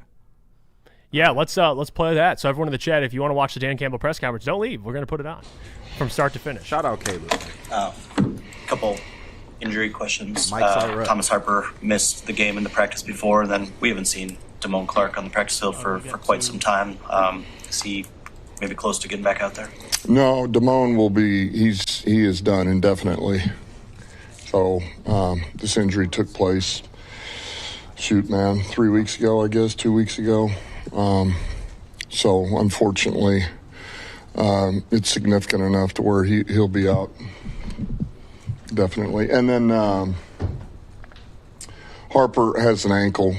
It's just how fast could he be ready this weekend? I think it's unlikely, but you never know, so. What is sort of the goal to accomplish this week? You got to kind of get the starters ready, but then there's still a few jobs on the line, I guess, for some of the back-end guys. How do you balance those two? Tricky. It is tricky, but I do think, number one, the focus is on getting this team prepared to play the season and us to be the best version of ourselves. That's number one. Number two is we still have spots available on this roster that we're going to need to fill with guys that are here right now that we think have an opportunity, but we don't know who that is. So there are real spots still available. And with that, not just spots, those guys could be playing for us significant time. Okay, he is roster, and there's a chance if he makes his roster, he's going to play for us a few snaps a game, or you know what I mean. So that's important too. That's kind of the next step in this. So you have to balance a little bit of that, but ultimately, I also know, I'm trying to get this team ready for New Orleans.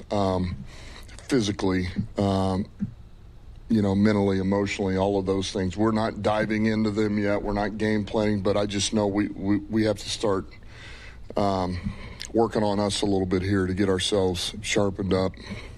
Excitement with the new jerseys release. What's your early thoughts on them? I know y'all won't wear them in week 8. Yeah, I think I like them. I mean, I think they look pretty good. I mean, I saw them 2 years ago. I haven't seen them since. Are they out? I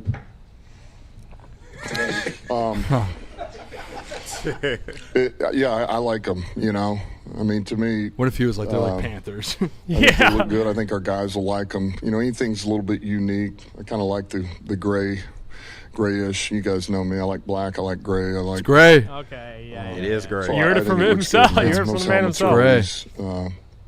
Pretty cool, so.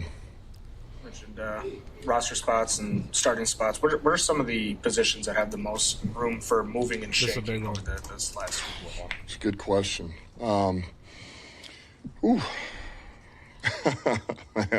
the D-line room is that one is, that can go any way right now.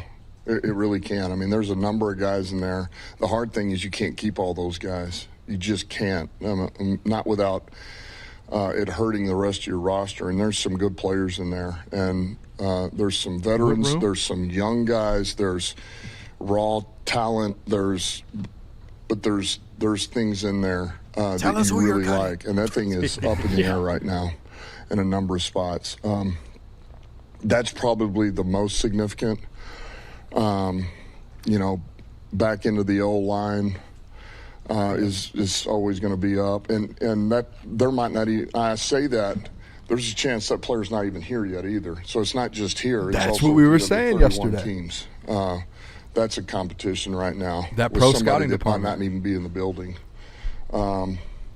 Those are big. Receivers still back into that receiver room is still pretty big right now. So, look, there's still spots available. It's interesting. The D-line room is the most interesting. It's just top to bottom. There's a ton of good players in there, we feel like.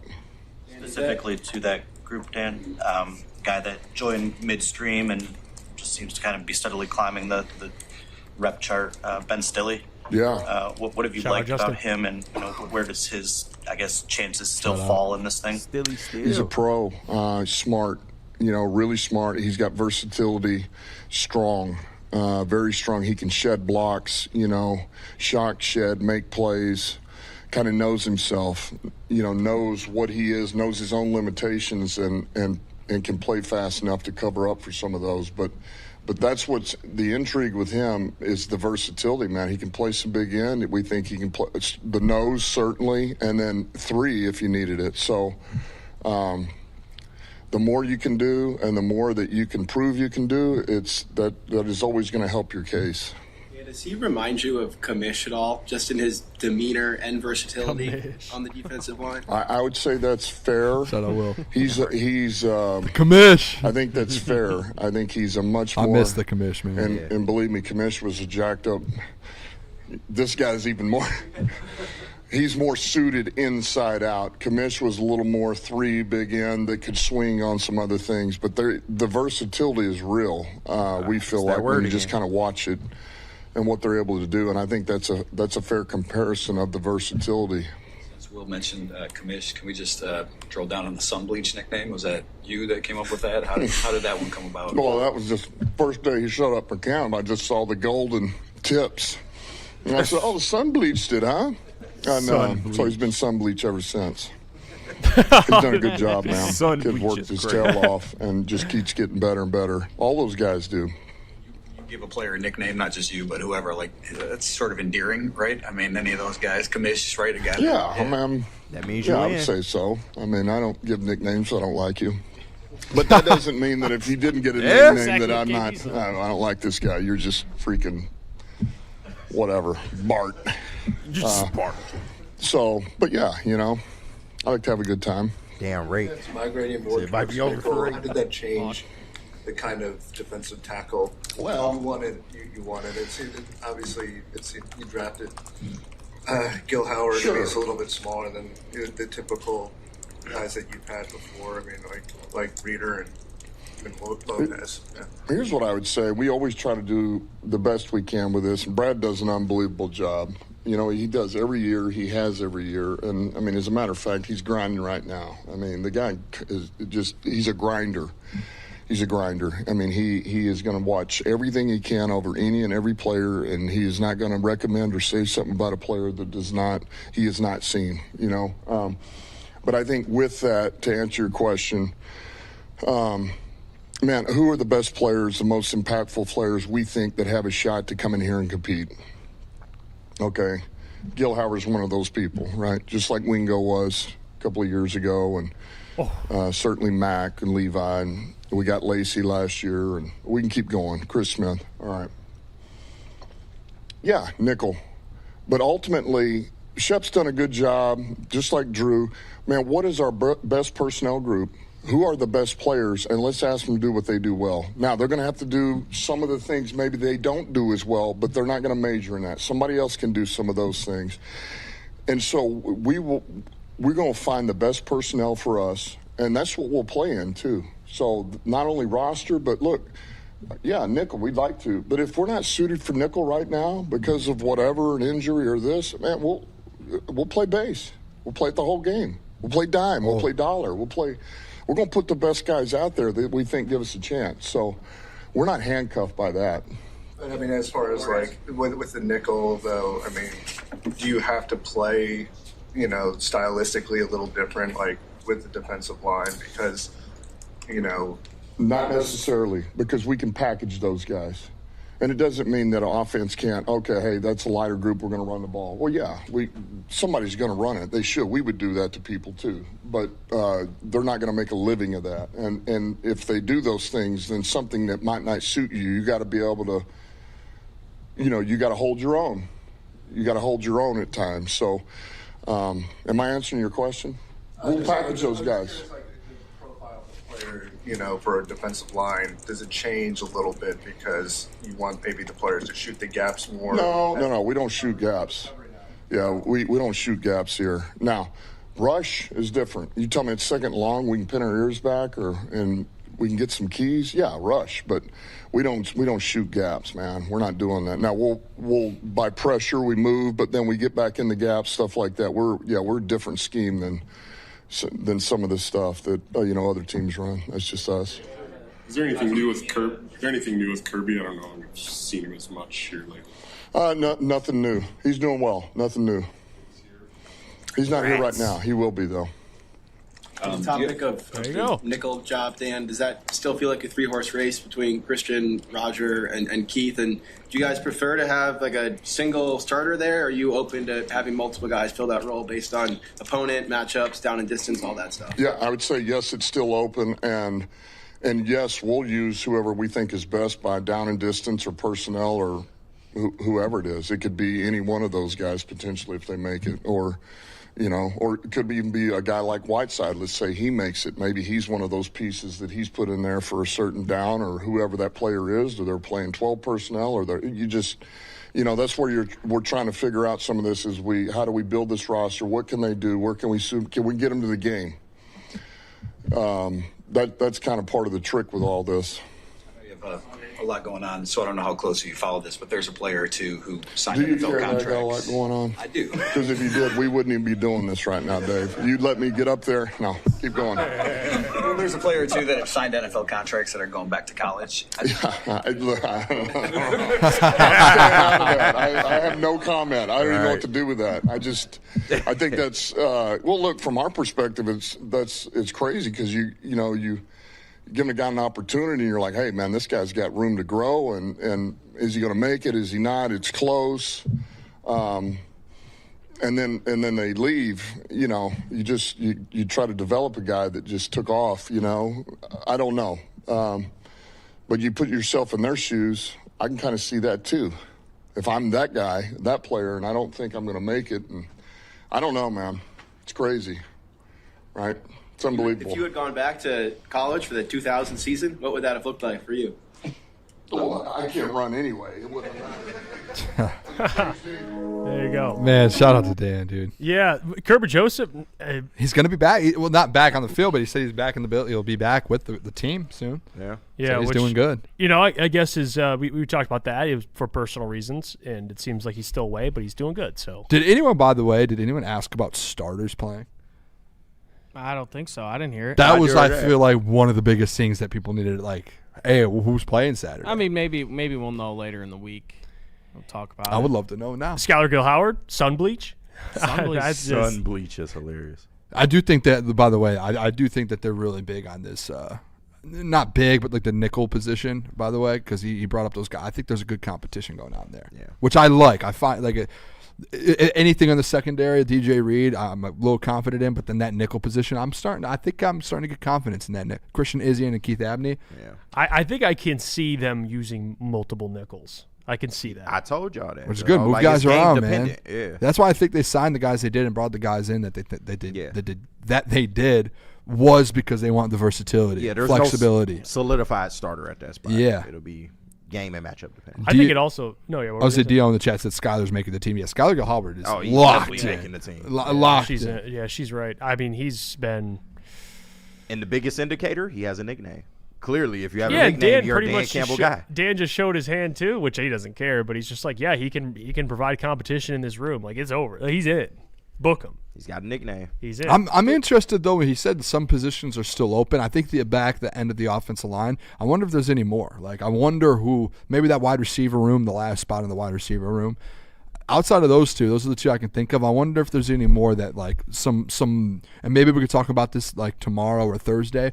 But like some like crazy cut candidates, like someone you're like shocking, like whoa, how did this happen? We'll get into that when we come back. Drop those mailbag questions. We'll get into mailbag. I do have to tell you about our friends over at Planet Fitness, because Planet Fitness has over 60 locations throughout Metro Detroit. They're always nearby. I go to the one in Royal Oak. I can go to pretty much anyone in this tri-state area because they're everywhere. And also, you better get locked in if you know or have 18, 14, and 19. They can work out in Planet Fitness for free all summer long. Register online at planetfitness.com. Again, that Planet Fitness High School Summer Pass is back, and it's only live until August 31st. So you got 6 days. So get involved and participate. Planet Fitness, where your fitness is essential.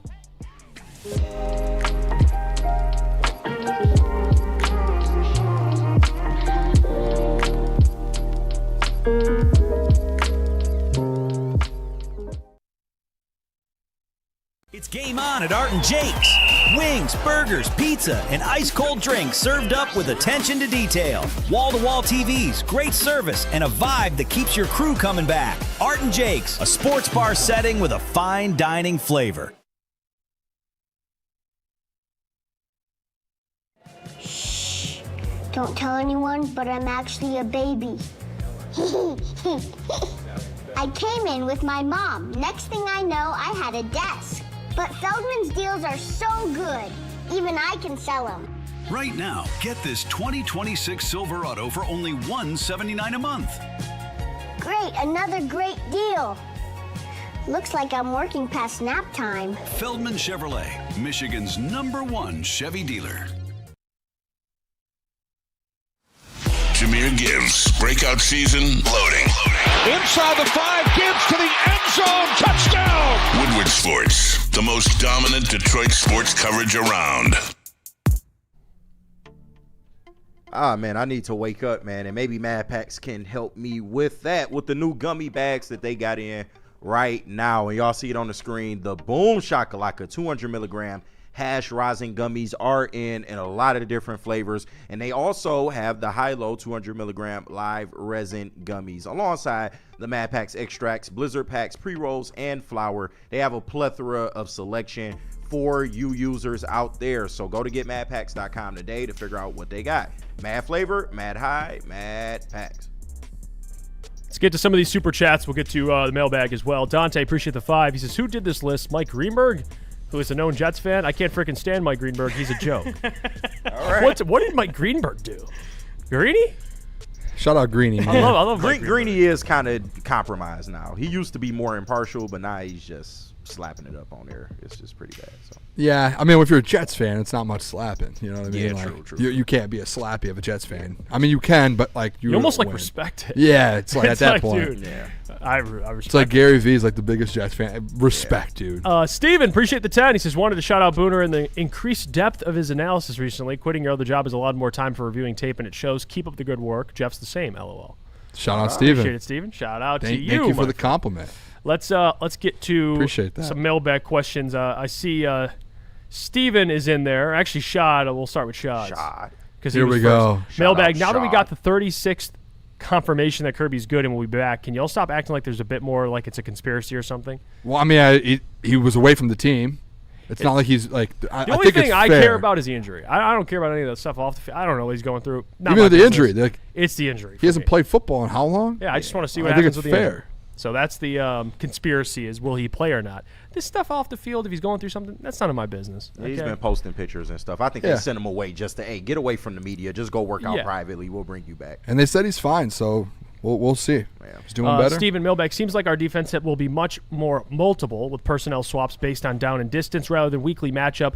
How do y'all see that playing out? I think it's a great point, Stephen. One thing I'm excited about Kelvin this year is kind of being more adaptable. I know that was something that he kind of harped on, but it seemed like they ran a lot of base last year, having multiple linebackers. I think there's going to be a lot of flexibility, a lot of adaptability this year with Kelvin, which I think a lot of the NFL is doing right now. If you look at, we talked about Mike McDonald, Jesse Minter, these modern defensive coordinators, very good at what they do. DeMeco Ryans, like you want an identity, but having your best players on the field and finding ways to maybe have a nickel on the field, because I think Ben spoke about this as well. 13 personnel, a lot of offenses are doing.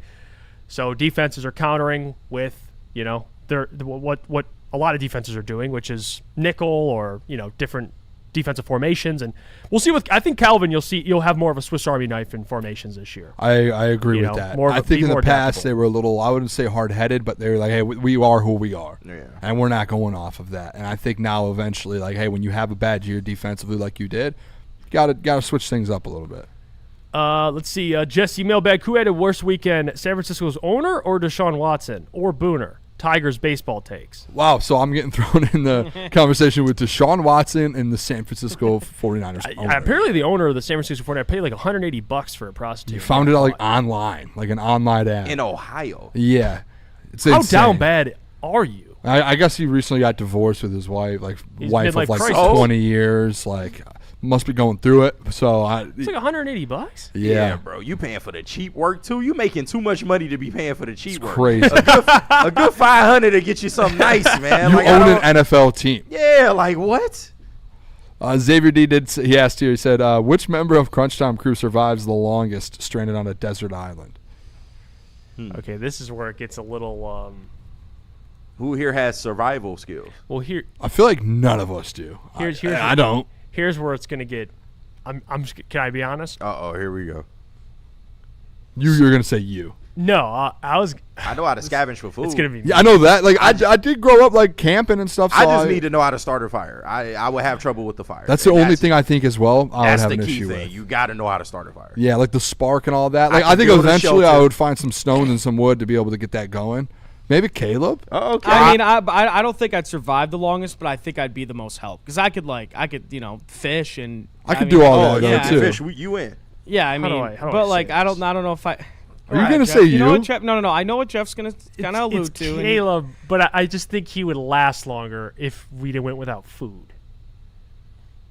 That's messed up. Messed up. I'm just based. Are you calling him fat? Yeah, no, 100%. Yeah, that's 100% what he said. Are you saying his fat will eat itself? Is what you're saying? Well, I'm just going. I'm answering the question. Caleb. Is that? I mean, he's right. I mean, is that out of line? I love you. No, no, not. I mean, not out of line. But I think he's probably right. I think he's probably right. That's crazy. I'd obviously probably get hungrier the soonest, but I think I could go off without. But I don't think that matters though, because you can go if you're stranded on an island again, go fishing and get a fish. I think you can do that. Yeah, easier said than done. How you getting the fish? Right. I'll go out there and catch a fish. With your hands? I'll find a way. A spear. I'll get a spear. I would first see. This is where I think I would do well. I would go out, find a good piece of solid wood with a spear. I would make sure I get a spear, and I would go out there. I'll start doing that. I would probably set up camp, find a safe place right away to go. Hey, this is a safe spot for a camp. Make sure I get that going, so when the night comes around, I'm not in the cold or I think I would do well. Well, Xavier says everyone on Naked and Afraid comes in 20, 30 pounds overweight. There's a science to it. For sure. I would do the same. You have more, more fat. Reserves. Yeah. No, it's just, you can say it. Sure. So I just, it's fine. AJ asked, though, by the way, he said, mailbag, if Hank Fraley can't get this O-line on the same page, is this the last season as a line? Guys, Hank Fraley is one of the best in the league. He hasn't really gotten the cards dealt to him correctly. He would survive on an island for a while, though. Okay. Okay, I'm done. But he would, for sure. But not last season. I think his job's safe. He's one of the best O-line coaches in the league. Cards weren't dealt his way the last year or so. Hanoli says, these idiots all eating bark day one. I ain't eating no bark. I don't know who you talking to. I'm going to find some food. I'm getting food. Yeah, we're finding food. I wouldn't last out there. Yeah, I don't think you would, Jeff. There's no way. I mean, you're too pretty. Man. Yeah, he's too okay, this ain't prison. KG Dang. You too pretty. This ain't prison. Danny G said Caleb has lucrative energy reserve. Who else is on the island, KG? I don't know. I'm just saying. Am I being preyed upon on this island? I mean, he said you're too pretty. What? You want to do this the easy way or the hard way? The choice is yours. Damn. Oh man. No, yeah, it would be. It just seemed like you wouldn't be involved in any of the activities like building a shelter or fishing or. You'd be no help. I'd be fishing. I'd build the shelter. I would.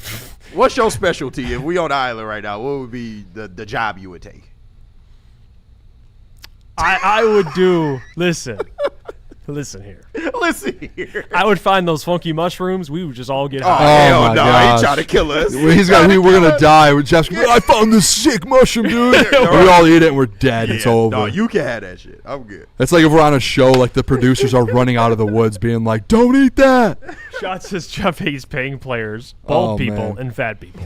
What did I say about bald people? That was Booner's comment. No, I wasn't saying it was a bad thing. I just said throw a hat on.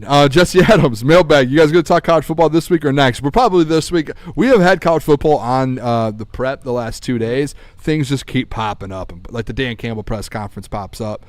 That was over college football. But we will talk college football probably in the next day or two. Yeah. Mr. Jiggles, Jeff boosting morale. Yo. Mr. Jiggles. Let's get out of here. That's our cue. We appreciate you guys. We'll catch you tomorrow. We got Murr on. We got the Doc on. What a lineup. By the way, we have Murr on tomorrow, followed by the Doc. Murr for people who don't know, Murr from Impractical Jokers will be joining the show. We're starting at 10:50 tomorrow, so show up at 10:50. Murr will be on at 11. There you go. And then the Doc. Let's go. Braylon Anson 2 to 4. Until tomorrow, we'll check you out then. Peace. Love you guys.